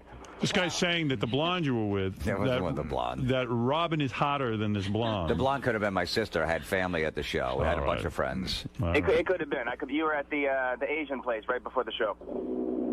In the Showboat Casino. Were you at the show? You were not there? I don't know if the Asian place. What was there a lot of Asian? Don't say that in front of George. Massage parlor? Oh, no. Yeah. Yeah, the massage. Now, are you guys now good enough friends that you can talk about to each other in private who you're dating? I mean, are you guys, or is it still awkward to even bring that up? We haven't brought that up to each other. That hasn't been brought up. So you're not that good of friends. You can't confide in him. Hey, I'm seeing someone now, and gee, the guy was If I doing-" was serious about somebody, I might do that. Sure. I see. Well, then there's still some tension there. There's no tension. Sure there is. I'm sure he would tell me if he was seriously dating somebody. Yeah. Yeah. All right. Maybe. All right, listen. Check out Jim Florentine on that metal show. Obviously, Robin has. She tunes in for everything you're up to. You know what? He wouldn't even tell me what time it was on. I had to go find it myself. Well, it says here premiering this Saturday night at 11 o'clock. It's the second season. Yeah, but I'm Oh. talking about the first season. He's like, yeah, I got this show. I'm like, when is it going to be on? Nothing. Why wouldn't he tell you? I don't know. Why didn't you tell Robin? I don't remember why. It wasn't a that specific was the reason, problem no. with the relationship. No crack finger, and you won't even let her watch you on TV. I think when the show premiered, it was a little rough water then. You know what I mean? We're having a little tough time, so that's why I didn't want to throw it in. By the way, even though you're mad at me, my show's on this Saturday. Watch it. Don't you? That's not true. We weren't having a problem. No, well, I mean, we're just a little, you know. I actually asked you, when is the show coming on? And he said he would not tell you. When he answered, he didn't even say anything about the show. I was like, geez, that was odd. What show? Why would you tell? I don't know. I was just making sure we were okay at that point. See, maybe that you were was so more important. nervous around her, you didn't know what to but say. that was more like important. You had to be on guard all the time with Look, her. I didn't want to have I wanted to be friends with her and make sure everything was okay. So I was trying to work that out. I see. The last thing I want to do is, by the way, plug my show. Right. Well, but I mean, it's a private conversation. You're hardly plugging. Yeah, but I didn't want to just bring that up. Oh, Robin, we don't have any problems. My show's on Saturday. You got to see Twisted Sister's going to be on. I didn't want to do that. When is it coming on? When is it? What time is it on? I never said a word. Sometimes I don't hear everything. I don't understand that, Robin. I'm having trouble understanding that conflict. I don't get it. Like, I don't know what was going on with him at the time. I said, well, geez, he doesn't want me to know. Okay. I think you make Jim very nervous. That was the problem with the relationship. No, I was never nervous You had to around always her. make sure. In the beginning, I was. The first couple dates, obviously, yeah. Right. But no. Yeah, I used to say, you're afraid of me. He is, right? He's a little afraid of you. Well, yeah. I think he got over it. I was afraid of $800 bottles of wine. That I understand. That's a monster. Me too. Yeah, I mean, that's a big decision. You're going to get back together. Robin and I almost broke up over that. Jim's new album, Terror. We got through it, though. Hey, we did. We get through everything. And Jim's new album, Don't worry, honey, I ain't leaving you. Jim's new album, Terrorizing Telemarketers, Volume 5, is available at jimflorentine.com. You are a friend of the show. You are a friend of Robin's, of course. And I am so glad to see you. And that phone call is hysterical. And I can't wait to hear the rest of the album. Jim, that wasn't that bad, man, was it? No, it wasn't that bad. They did bring up stuff about Robin, which I was go surprised. figure, right? You know, I didn't think that was going to come up. But thank God you warned me, and I was a little prepared. So how'd it go, man? It was fine, actually. It was. I thought it would be a lot more uncomfortable. Were you embarrassed at all, or? It was definitely, yeah, of course I was nervous being in there, yeah. It was, it was the first time seeing her in a while, and you never know what's going to be brought up. Now, it's not like it's 5 prepared questions like a regular TV show, and you know that they're just going to stick with that. You don't know what end it's coming from. Someone's going to walk in and say something, so, So now Howard was asking if you guys, if there's anything in the future maybe for you guys, if you could ever get back together. Well, I got a birthday coming up, so I'm hoping maybe she'll get me something. Oh, yeah? Yes, what can I do? Robin, now that Jim's gone, Yes. how was seeing Jim? How did it look to you? You didn't make too much eye contact with him. I noticed that. Oh, really? You were looking down a lot, or at your I computer. do that. Did I do something different with Jim than I do with other guests?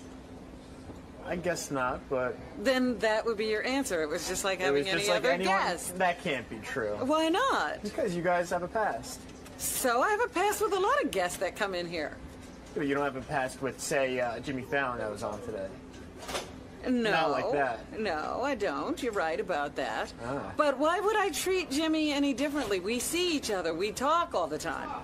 So it was good seeing Mr. Florentine Yes, again? it was good seeing Mr. Florentine. Was it awkward at all? No, I told you. I we see I don't each buy other. That. I do not buy that. Well, I can't help you then. I'm sorry if I can't supply you with the truth you want. All right, he seemed a little nervous. Yeah, he I was. guess. He told me he was nervous. I think he was. He told me he was going to be nervous. He said, geez, I know this is going to be a little nerve-wracking, and I said... You don't see why you I wrote him an email and I said, when are you coming in? And he was like, yeah, it's going to be a little nerve-wracking, but I'm sure it'll be fine. And I said, I was asking so I know when to get nervous. I'm not nervous at all. So you don't understand why he would be nervous? Oh, he doesn't do this every day. Oh, okay. So maybe it's a big thing for him, yeah. All right, so it was good seeing him, though? Yes, absolutely. You're glad he came by? I'm glad he came by. I'm glad he... I'm a host of Late Night with Jimmy Fallon. I'm here because I fucking love Howard Stern. You excited to be back, man? Yeah, I'm so excited. I want to see Artie, Robin. It's going to see Fred. This is going to be really cool. I always like coming in here, saying hi. I brought my guitar. What do you do with the guitar? Play I don't know. I might play a song. I don't know. Every time I'm here, I usually play something. So Nice, maybe man. if they want it, if they want it. If they don't, I don't have to play it. But I'm psyched. It's good to see everybody. So what do you think you're going to talk about today? Your new show? Yeah, probably. What's Yeah, going talk on? about the new show. See what's going on. We just started 2 days ago. We're only 2 days in. So we had my first show had De Niro. And we had Justin Timberlake last night. We had Tina Fey, and then tonight we got Cameron Diaz and. We have Clap Your Hands, Say Yeah, Billy Crudup. Sounds like things are going pretty well so far. It's good. It's a grind. It's a grind. It's a total, it's a job. And I never really had a 9-to-5 job. It's 9 to 9 now, so it's actually really long. But and now I'm a morning person, so it's weird. But I'm growing up, you know. Cool, man. All right, man. We'll Cool. see you in there. Cool, man. Thanks for having me here. Hey, Jimmy Fallon's here. He just started his late night talk show. Just read an excellent review of it. He is making the rounds. He's out there promoting. He's getting behind it. Look at this guy. All right, Jimmy. Look at you. You look good, man. I thought you were going to be all burnt out working so hard. Yeah, I made an all-nighter. I didn't go to sleep yet. You had it really good. I mean, you were in a holding deal for a while where NBC basically said to you, look, we want you to replace Conan. It seemed like 100 years away. Yeah. And you were getting paid to essentially wait in the wings until you got your talk show to take over Conan O'Brien's slot. But now it's here, and you actually have to work. I know it's bullshit now. Now I'm like upset. Wasn't the announcement, in a way, more fun than the actual doing the show? The doing the show is the drudgery, right? It's becoming a job now, yeah. Yeah, which I it didn't is. realize. I was talking to Tina last night. She was like, because she's working hard on 30 Rock. Right. And she was like, do you realize how easy we had it when we were on Saturday Night Live? Yeah, and we right. were complaining about it like we were dumb. Like we were like, oh, here we go, another week. It's true. On Saturday Night Live, you have this ensemble, and you don't work have all to... week, and then you only go on the air on Saturday, and like so then you do the big show Saturday, and then Sunday you have off. Monday you come in at 3 in the afternoon. It's kind of easy compared to a day-to-day job. In a way, after Saturday Night Live, there's like two groups. There's a group of guys who excel, like Adam Sandler becomes this big thing, and you know, Tracy Morgan's on 30 Rock, Tina Fey becomes big, whatever. And then there's another group that just kind of fades away. And I would think the big pressure now is really on not to fade away. You got to do movies, you got to do a talk show. I mean, so now you've got your own show, and you've got to prove to the world all of a sudden that you're the world's greatest talk show host. It's a lot of pressure. Yeah, it's weird. It's just weird because I don't know how to do it yet. And you're doing fine. I read a review today, said you were really good. You got a 3 or 4 star review in the Daily News. The Post and the Daily News liked it, though, yeah. Yeah, they said shows a lot of promise and blah, blah, blah, blah, blah. Like, you know, it's a like, I know, the like, first show is insane. First of all, it's like you Right. can't. It doesn't even count. For me, it was like my mom and dad were there. My aunt and uncle. My uncle had a cane. Well, he was limping around. I would have advised you not to do that. No, I mean, I was trying to help him. I know, I was trying to help him sit in the seat, and then you know, I will make sure he's all right. And then I come in for the meeting after the show, and my room has flowers in it and balloons. I thought, like, I got my appendix out. I got a hospital room. I got, this is insane. I go, It must be so fucking surreal, because think about it, you're in that building, which you've worked in before, but I mean, you're like doing like Johnny Carson started there, you know, and Letterman going. But it is. It's a lot of pressure. Suddenly, like the first show. It's not about the first show. It's about the 50th. It's the 100th. It's the 3,000th show. And what other job do you get where on the first day your whole family shows up? Well, that's you the gotta problem. go to work. That's what I'm saying. And they all want to drink and have a good time. I go, I gotta work tomorrow. You're hosting a party. I can't. They're having cheese and crackers. Having done like my own show for a while, I know when I have my family around. Like, I remember my first day at NBC Radio was big. I was coming to New York. I had worked out of New York. I hadn't been to New York ever. And the entire sales department crowded into the booth with me to watch me on my first day. And I got laryngitis and froze and had to go home. It makes it like they put because you could be as calm as you want. You're like, all right, I'm ready. Let's go do the monologue. And on the way from my office to the studio, four people stop you and they grab your arm like, hey, Jimmy, you know what I do? I breathe. I breathe. I breathe. Just breathe. Hit the mark, and then tell the next joke. And then great. And then you walk, and then another guy goes, hey, Jimmy. You know what I do, buddy? Don't be nervous. Picture everyone naked. Right. You know, you go, okay, great. And then what's somebody horrible? And what's horrible about that, Jimmy, is that even you know that. You know, really, why is everyone focused on this first show? I mean, really, it's a show that's on at 12:30 at night. It should be sort of this slow build. You wish the pressure wouldn't have to be all on the first show. It has nothing to do with the first show. The ratings were very good on the first show, and I know the second show you beat Jimmy Kimmel and you beat Craig Ferguson. I already got word from your publicist. They're going around, but you know, but I'm sure you even go around going, listen. Even Katie Couric had a big first week. I got to do this in the long run. I got to keep people interested and all of that. Yeah. Is the ratings pressure at that time of the night as great? It's always great. You know what? I know that guy who comes on after you. Nobody ever talks about that show. Nobody knows how many people watch Carson that Daly? show. Yeah.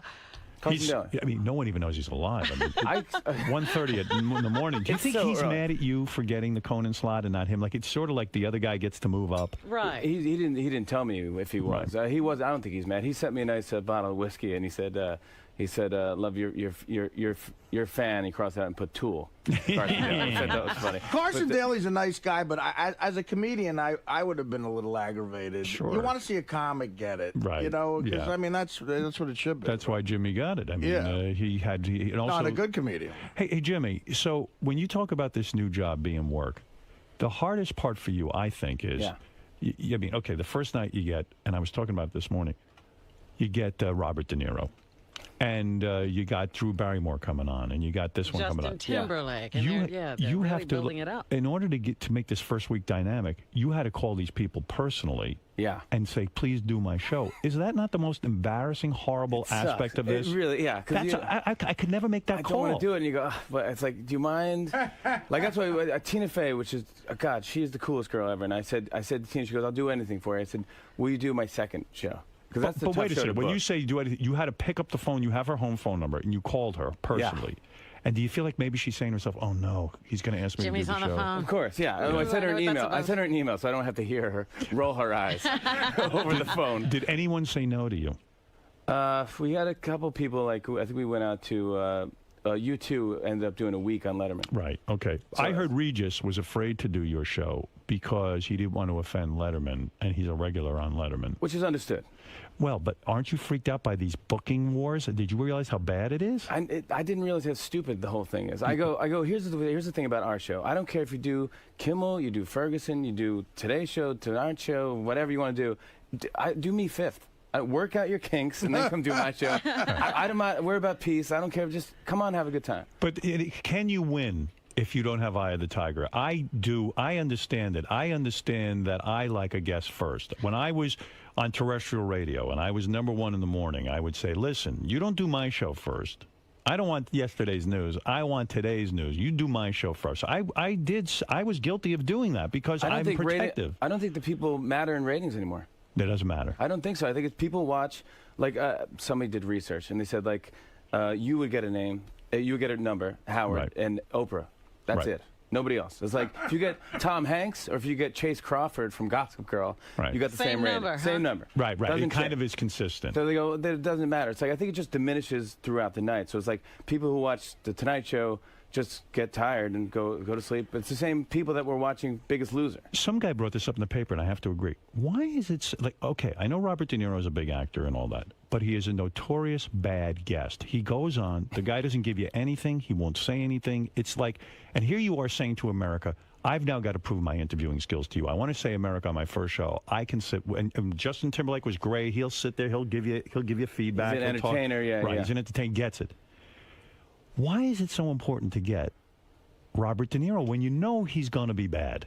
I think that, like, the first guest for me, I wanted to be like a quintessential New Yorker and a huge star. Because everyone, the first question, Billy Bush or somebody asking you, like, who's your first guest? Right. And who's your first guest? Who you got for you first? Like, so he's good for that. I was like Queen of England, I was just making up stuff. I was just like, I'm going to space with Richard Branson. It's like, I don't know. Isn't it weird how that becomes a thing? Like, who's your first guest? Like, no one remembers, like everyone says, oh, Bill Murray was Letterman's first guest. It's like, it actually was Tom Brokaw.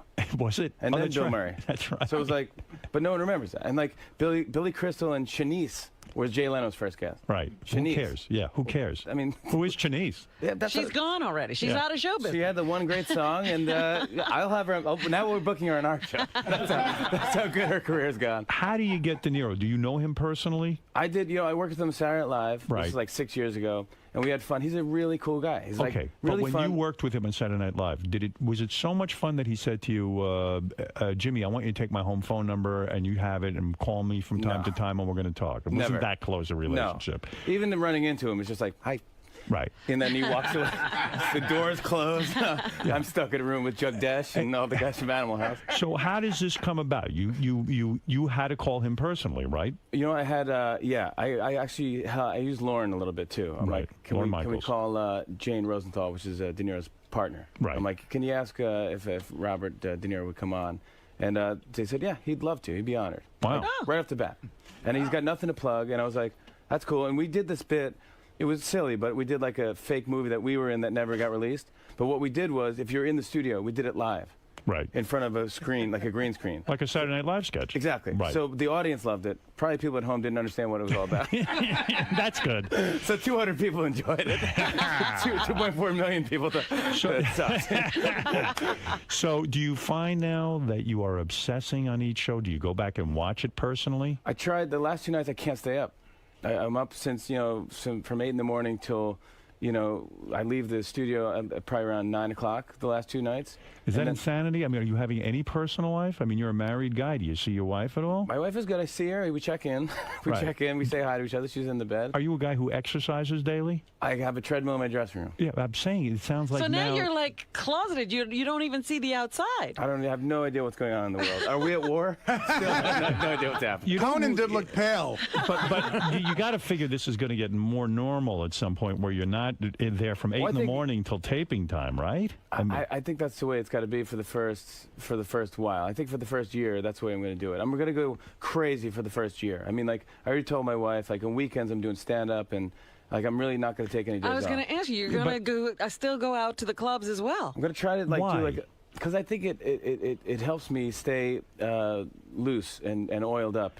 But maybe you're taking this thing too seriously. Let me put this out to you. Okay. Not that you shouldn't take your job seriously, but No, I find the best moments on talk shows are where it's kind of loose, it's not too scripted, and you're kind of hanging out with the audience, some spontaneity. You're very good spontaneously. You have a quick wit. So you have a guest on, and you're just shooting the breeze, so to speak. Maybe everything doesn't have to be a sketch or a bit or a this or that. Like, maybe it's too much pressure on you to put 900 things into one show. Maybe it's got to breathe a little. I think you're totally right. But I think what I want to do is, I think I'm a Virgo. I'm pretty I want everything done specifically. I think for the first couple months, at least, I want it to all happen structurally and make sure it's good, and then I'll loosen up a little bit. And you know who's an interesting character? This guy you compete with. You had a very funny line. You said, "I compete with sleep." And I thought that was hysterical because it's true. Mm-hmm. You either go, hey, you're trying to keep people up. You're trying to keep people up. I mean, what are you really competing with? Sleep is the main activity at that time. Yeah, it's like, So somebody's like, because Leno is now 10 o'clock. Right. Do you think that's going to succeed? I don't think so. Who knows? What do you think? Come on. I don't know. I don't know. I have no idea. What are they saying? What is this show going to be? Is it going to be another talk show, or is it going to be a variety show? It's going to be another talk show. It's the Tonight Show at 10 o'clock. They're going to see if it works. They're throwing things out that I've never heard of. They're like stunts. Someone said the word stunts. Stunts. Jay Leno's going to drop out of a plane? That's what I'm saying. I don't know. I just Better don't for you, though, if it fails. True? I don't think so. Well, what I was saying was that of course it is. You're going to because he's going to suck off guests too. Not suck them off. I mean, literally, not literally. He's going to siphon we're booking off for a second week. He's going to siphon off what I got to do. He's going to siphon off. You'll suck off anyone. I will suck. George, you want to be a guest? We already booked him. You already got George. Okay, he's the best. He probably signed a waiver. Ready, George. He signed a waiver. He's not allowed to talk about it. You're going to get sucked off by Jimmy, and Jimmy's a good-looking guy. This is pretty good. You're very, very, very lucky. George is in heat over here. Right? So this is exciting in a way, but the guy who's taking an interesting approach, and he's a little bit being a jackass, Craig Ferguson, he goes, I'm asking the critics to go easy on Jimmy for the next couple of weeks. Oh, boy. Now, well, listen, that's nice of him, who is isn't it? he to ask the critics to go easy on Jimmy Fallon for the next couple of weeks? Well, who asked him? Yeah. I mean, well, he's the elder statesman all of a sudden? Exactly, yeah. You could beat him in the ratings, I hope. Yeah, I mean, so far so good. But Conan had difficulty with him. Yeah. He beat Conan. Yeah. That's the weird thing. Are you sure He about did. that? He did. beat him? Yep, he did. Yeah, he beat him a couple of nights, yeah. What's our plan to take him down? I don't know. I think De Niro. No. Yeah, every night a guy who doesn't talk.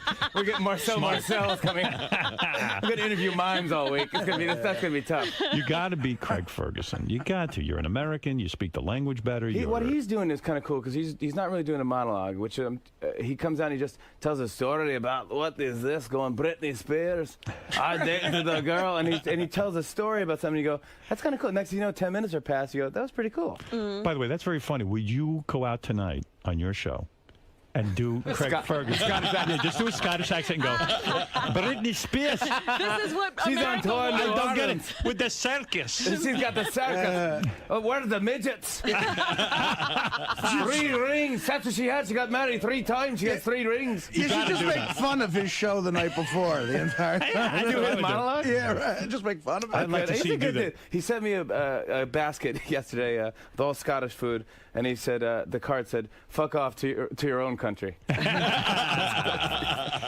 So you know what I got a call from? I think you would like. Yes. I go in. This is another that makes the day not your actual first day of work. I go in 10 o'clock in the morning. We're doing a meeting. I get called out.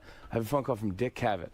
No kidding. Wow. That's cool. Boy, That's cool. I didn't even know he was alive. Yeah, exactly. That's what I said too. Yeah. I thought it was getting He's like a got all Twilight his Zone where marbles? the phone is attached to the grave. He's one of those guys that I heard his house burned down to the ground. Yeah, that was the last I heard He's of calling him. me from the dead. He's rebuilding.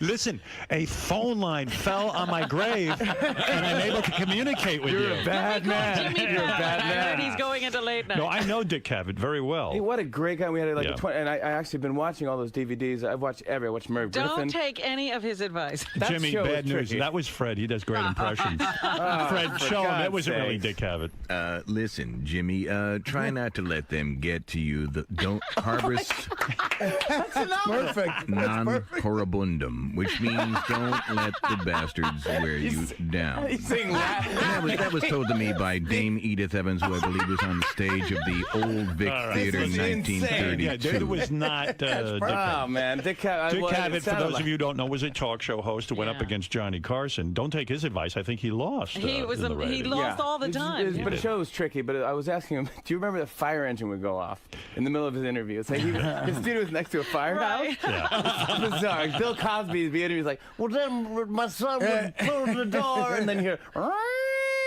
It's like, what is going on with the fire? And it was insane. It was like Woody Allen's going, is there? Should we leave? Yeah, Woody Allen. What's going on? It was all weird. How you know the call you want to get is Joe Franklin. You want him to call. He's next. That would be the best. But you know, in a He called me. way. John Stewart called me. So, he did that's call you? good. Yeah, That's those are good. 2 guys that called me. I guess I should have called you, but I mean, I didn't want to You bother never you. think of that. Yeah. Well, Dick No, Cavett, what please. is he doing? Of course he's calling. I wish you a lot of luck on the air. Yeah, I said it where it counted, where Yeah. people could hear it. Yeah, Thank you. you're Word actually got back promoting there, it. yeah. Yeah. Dick Word Cavett got- can do nothing but make calls. Leno was cool to me. Leno was really cool. He gave me a couple of props. Yeah, I was like, let's take you for Jimmy Fallon, which is good. It helps. Right. I take it. So you're feeling positive. So when you make these calls, like Drew Barrymore came on the show. Now your wife Yeah. is in a production company with Drew Barrymore. Yeah, they're partners. So do you say, gee, honey, can you call Drew Barrymore, or do you make the call Well, yourself? also Jimmy did a movie with her, Fever Pitch. Right. They're friends. Is that how you met your wife? Yeah, that's how I met my wife. I hear your wife's super hot. She's really pretty. Your wife's older than you, though. Yeah. Were you nervous marrying a woman older than you? Were you afraid that she'll get too old? Because you're much younger? Do you know what I mean? I know what you mean. I didn't feel that at all You because didn't? she looks really young. Yeah, I heard And, she's super hot. She's super cool, and she's honestly she's super smart and fun. She's interesting. Loves your show, by the way. Constantly, but she loves hearing about relationships and things, and she gets into the stuff. She's intrigued by that stuff. Reality shows couldn't be better for her. Did Drew introduce you to your wife? Kind of. Well, yeah. I mean, we did this movie. We're in Boston. We're doing Fever Pitch, and I just saw this girl, and she's so pretty. And then I was like, oh, she's so pretty. And she's a producer. And then, my driver was driving. And I was like, hey, she's a hot piece. I go, hey, watch it. That's my future ex-wife. That's my future ex-wife. So then we were selling the movie in London, and I was like, I saw her, and I go, hey, I missed you. And she goes, I missed you too. And we kind of just fell in love. Romance. Yeah. Yeah, exactly. Got in her pants right away, huh? Yeah. Look It's at you. pretty phenomenal. Yeah, you're a fast mover. Yeah, I'm so lame. The first kiss, we were watching Taxi. Not my movie, the TV show I got on DVD. Right. And I was like, you never seen Taxi? You got to watch Taxi, and I made her watch Taxi. Oh, really? And I was there, yeah. I was so glad when Jimmy got married, actually. Why? Because Beth used to always say to me, gee, Jimmy Fallon's so good looking. He's such a Really? cute guy. Oh, He's such she a cute was guy. a big fan of his. And I would just get jealous for no apparent reason. I mean, she doesn't even know Jimmy Fallon. And then I just said, and then when he got married, I was like, oh, he's a good guy. Yeah, he's off the market. I can Fuck talk him. Now him I up. can talk about. Now I can I like him. remember Now I that. can like him. I used to have to put him down. I go, he's really not funny. Oh, that's fun. I remember that rap on here because you were Yeah, it was hosting weird. the video awards or something, and he was doing the Ryan Seacrest impression. Yeah, and yeah. You were both laughing at it. 'Cause Because good looking you could deal with, but then Beth was saying like, oh, and he's so funny and talented. And You're then like, I started hating you. Yeah, why can I can't like this guy? Yeah. By the way, can I say something about Ryan Seacrest as long as you bring up his name? I mean, I'm watching American Idol last night, and this guy has gotten... How do you do it? How do I do what? Watch American Idol. Watch it. I can't stick with that show. Robin's out all night. I gave up. I love it. I love it. Really? And but Ryan Seacrest is such a yucker, like a DJ who, he's now so affected. He's got facial movements and his voice. It's like this. And now, it's American Idol. Oh God! And it's like he's got this contortion. He knows that there's no human being that speaks like that. They're all he yucks aliens. it up. It's like once you weird. do, the more you do stuff, you find things like it's almost like the "Hey now," Hank Kingsley, like that's his catchphrase. Yeah. And the more he does it, he's going to keep doing it, and and then it morphs into a monster, like a Warcraft character. Exactly. It's like this isn't even a human anymore. He's becoming a parody of himself. Yeah. I This really do believe he came off a spaceship. American Idol. And do they have the camera on him while he's doing that? Yeah, and he's contorting his face, and it's just weird. Is it still working? It's still huge, right? I guess. I don't know. I don't know how anybody sits through it. It's very exciting. I watch Survivor. I watch American Race. I'm off those. Sober House. Sober House, great. Sober House. That's fantastic. That's a fantastic show. Andy Dick came in. I was like, they brought in the heavy artillery, man. Of course, I drink while I watch it. Andy Dick has you take a couple of drinks while I watch Sober House. I never thought of that. That's terrible. You know, it's like so eating funny. while watching Biggest Loser. You're like, look at these fat idiots. Eating pizza, watching Biggest Loser. You know what? I think about this now. It's so funny because poor Andy Dick has the worst luck. I heard he's funny as hell. He is. I heard the first season of Rehab, for Celebrity Rehab, they asked him to be on it. He said no. You know, he was doing pretty well. And they offered him like $200,000. He turned it down. Now, Sober House became a big show. He begged them to come on. Right. I don't think they're paying him anything. He's in there for free. He's in there for free. He's paying them. Crying hysterically. It's just unbelievable. Yeah, but and I like that Dr. Drew doesn't really pimp out the people as much as... I mean, it is still a reality show, but it's kind of serious, and it kind of shows like how drugs really, like Steven Adler. Oh, what a tragedy! Like his face is crooked. Unreal. It's so sad, isn't it? That's sad. It bums me out. It's like, and now you see all the old videos, like "Welcome to the Jungle," and he's rock and roll. When he smiles, he looks like a cool looking dude. You go, that's a great thing. And then he stops smiling. He's like.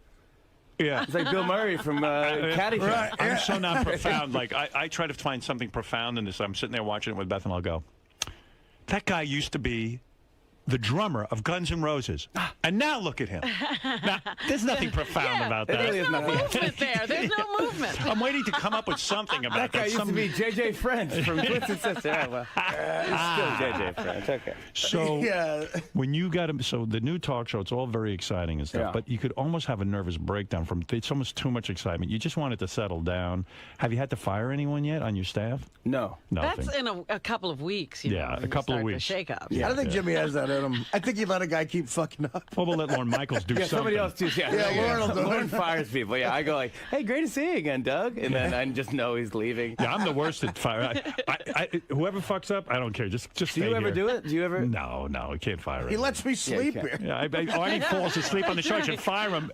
I say, go lay down, and then when you come back, we got Artie a bed. So, are you feeling comfortable now taking over for Conan? When Conan left, did he say anything to you? I mean, I saw the bit. I saw the opening bit. So far, I wrote the opening bit with Mike Shoemaker. Yeah, I was gonna do a bunch of celebrities in like an American Bandstand, like or Soul Train dance line with like good luck, Mick Jagger, good luck, Jimmy's gonna be great, and Bill Clinton, like it's gonna be really good, Michael Jordan, and then I get to the stage and they're like, this is great, look at all these stars, who have we got in the show? And they go, well, they couldn't make it, they're busy. I go, who do we have? We have Jervis from Survivor, season 2, and I go, okay, we couldn't get to anyone from season 1. Johnny Fairplay. Did you have a conversation with Conan? I mean, Conan's making a big deal that he left the show, but meanwhile, he really didn't leave the show. They're doing the same show, but they're going to just do it earlier. He's going to be on the Tonight Show, yeah. Right. So it's like he's just going to L.A. You think he'll do well at the Tonight Show? Yeah. Don't you think there's pressure on Letterman? He's got to beat Conan. I mean, I know. Jeez. I mean, when Letterman first came out, he beat Leno. Right. Right, the first year. Yeah, 3 years. He did. And then I guess it was the big interview that changed everything for Leno was the actor Hugh Grant. With That's what they point to. So, but you're telling me, like, if Letterman got that interview, Letterman would be number one now? No, I think that was just a catalyst, and things just started to progress from there. People started to like Jay. But, okay, so Letterman lost to Jay Leno. That's got to be a huge humiliation for him. But Conan, he should be able to beat. He's been there before. Now, there's got to be a lot of pressure on Dave because of this change. I think so, yeah. It's got to be just to switch it up or just keep doing this. I mean, honestly, he's like the legend now. I mean, he's the guy that you've seen for all these years. So I think he has a built-in audience.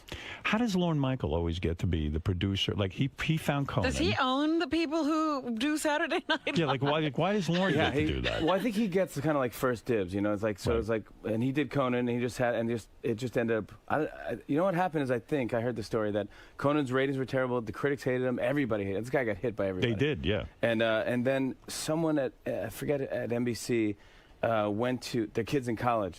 And this kid said, dude, everyone's watching Conan O'Brien. Wow. And then so it got back to NBC and they go, we got to keep this guy on just because it's an audience that no one has. Mm-hmm. It seems like in late night, I was talking to a friend of mine about this, they never fire anybody almost. It's like, as long as it's a white guy who... Chevy Chase. No, that's true, but... I don't know.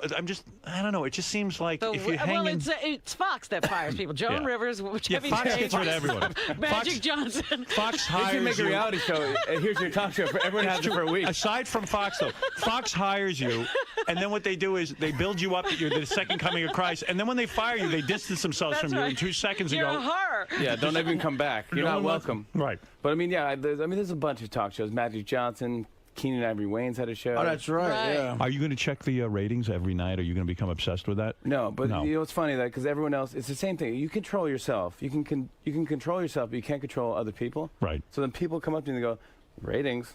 Right. And you go, what were they? It's like tempting. It's like they have an Us magazine. Like you're in here. Oh, I know. Don't look at it. You're in here. It's like, show it to me. What am I doing? I was in terrestrial radio. I obsessed on the ratings. I mean, in every market we were on. Do you advise people? Should I do it? I'm neurotic, and I would focus on the one market perhaps that we weren't doing well. You know, I become insane. That I have an insanity. Yeah. I think everyone in the world should be listening to me and no one else. So how is the Sirius thing going? Sirius thing's going great. Great. We came through right away. We brought over millions of people. Are you guys going bankrupt, or what is that? Oh, how is Sirius doing in general? We're going bankrupt, but we're doing great. Yeah, we're doing great. But we did what we had to do. Yeah, you got like millions of listeners. But no, we're not going bankrupt. A guy named John Malone from Liberty Media paid, normally it wouldn't have been a big story. In better economic times, you get your loan. This is financed. The company goes through. They're making a story about it. There are no banks are loaning any money. So they went to this guy Malone. He bought 40% of the company. And now he has invested in the company is solvent. Well, last time I was on here, because I said I had Sirius and it was like a ham radio. I had wires going all over my house. I was picking up Germans talking about the war. But now it's easy, and I got to tell you, it's unbelievable. And we love it. Yeah, everyone loves it. Yeah, we love working. I really love listening to you guys, and it's so good. And in a car, it's the greatest.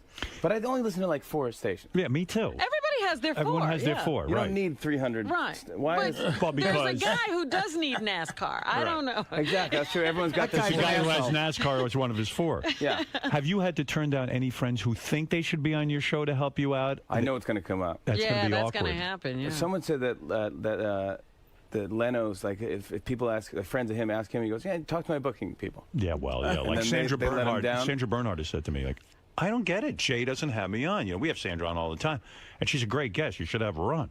But she goes, I don't know. Jay doesn't want to have me. And I'm like, well, Jay probably doesn't want to have you on. Right. And she thinks that they're friends, and I try to explain to her, that's what happens. There was another guy. Was it somebody called Jay at home? Remember, he came in here and he told us that story because they were friends. Yeah. And he wanted to be on the show. Yeah, I think it was. I want to say, was it Robert Wool? Yeah. Yeah. And he actually called Jay at home, and Jay said, "Yeah, we'll have you on." And then, of course, he still couldn't get. Yeah, I'll have Robert Wool on. You will have Robert. I'll have him on next week. Don't say that too loud. He's going to call you. I don't mind. That's good. Yeah, Didn't Richard Lewis say something like that too about Leno? I think he had a similar thing. He said something similar. I think at my 12:30 at night, I don't really have picking. Slim pick. I was like, dude, come on my show. If it's that bad, I won't have you back. Yeah, I got to go on your. When I start doing talk shows again, I'm going to go on your show. Please, and you could do me last. All right. I could be on the last show. That's fine. Like, do everybody first and just come on. Even just wave. It's going to be fine, man. You want to do a bit? We can do a space train. Good. Listen, I do wish you all of the best luck. I think you're going to do fine. Thank you.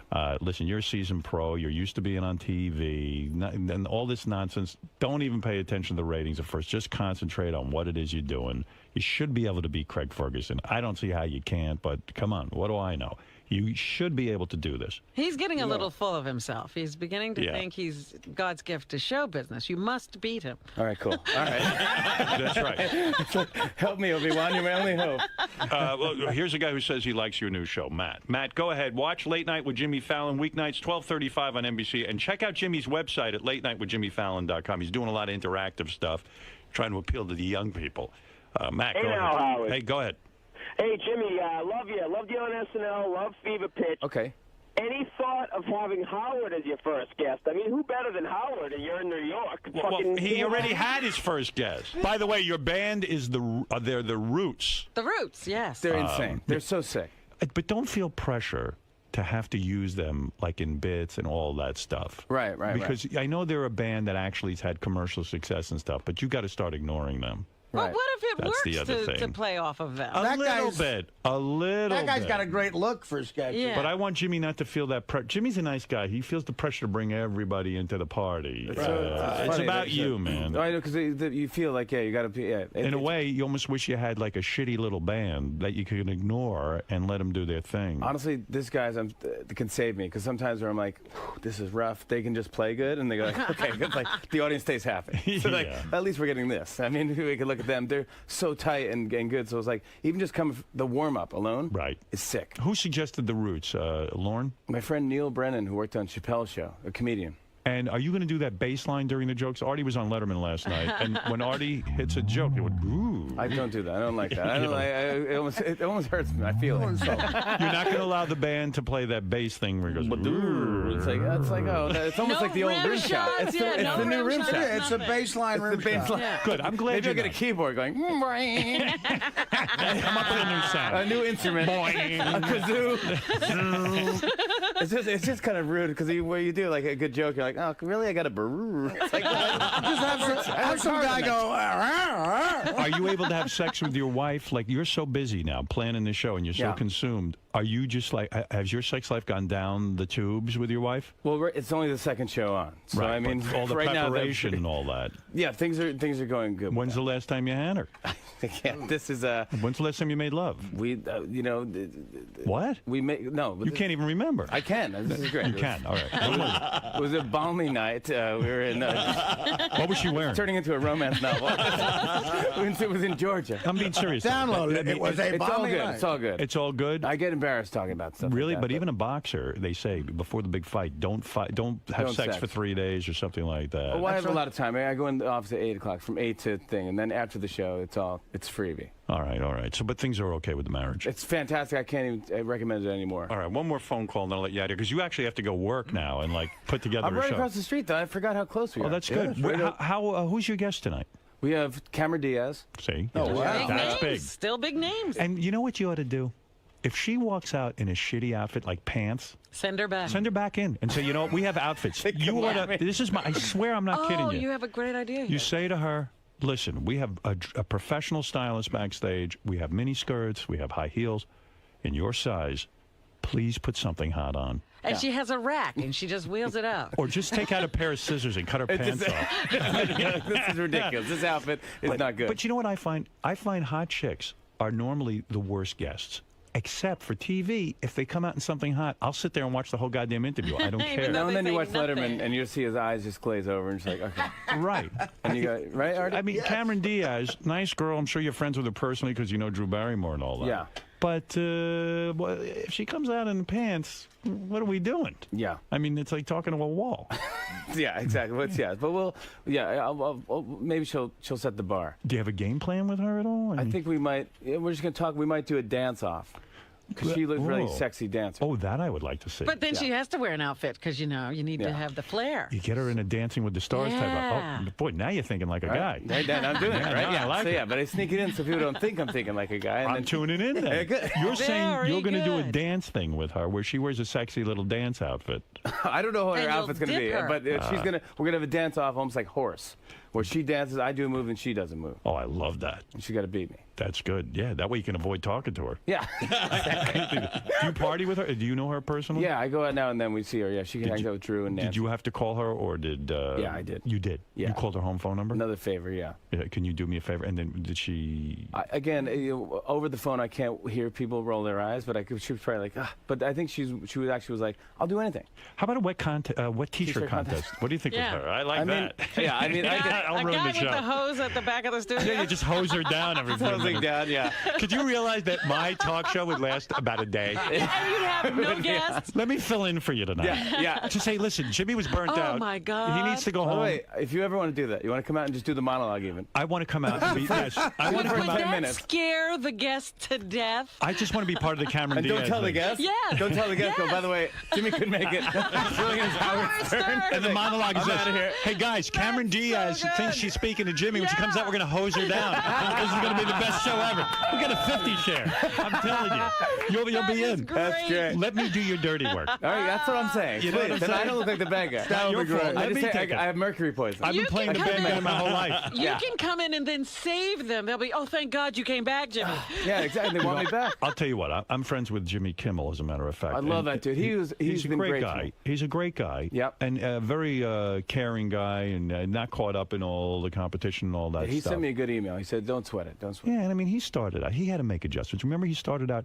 Everyone was going to drink on the show. They had to do away with that. They were going to have the show live. Apparently, someone threw up on Michael Eisner. Did you hear that? Yeah, that's true. They did. Now, that's funny. That's true. Yeah, but they don't want that kind of no more funny on drinking, TV. yeah. Michael Eisner was the head of ABC, and one of the audience members vomited on him.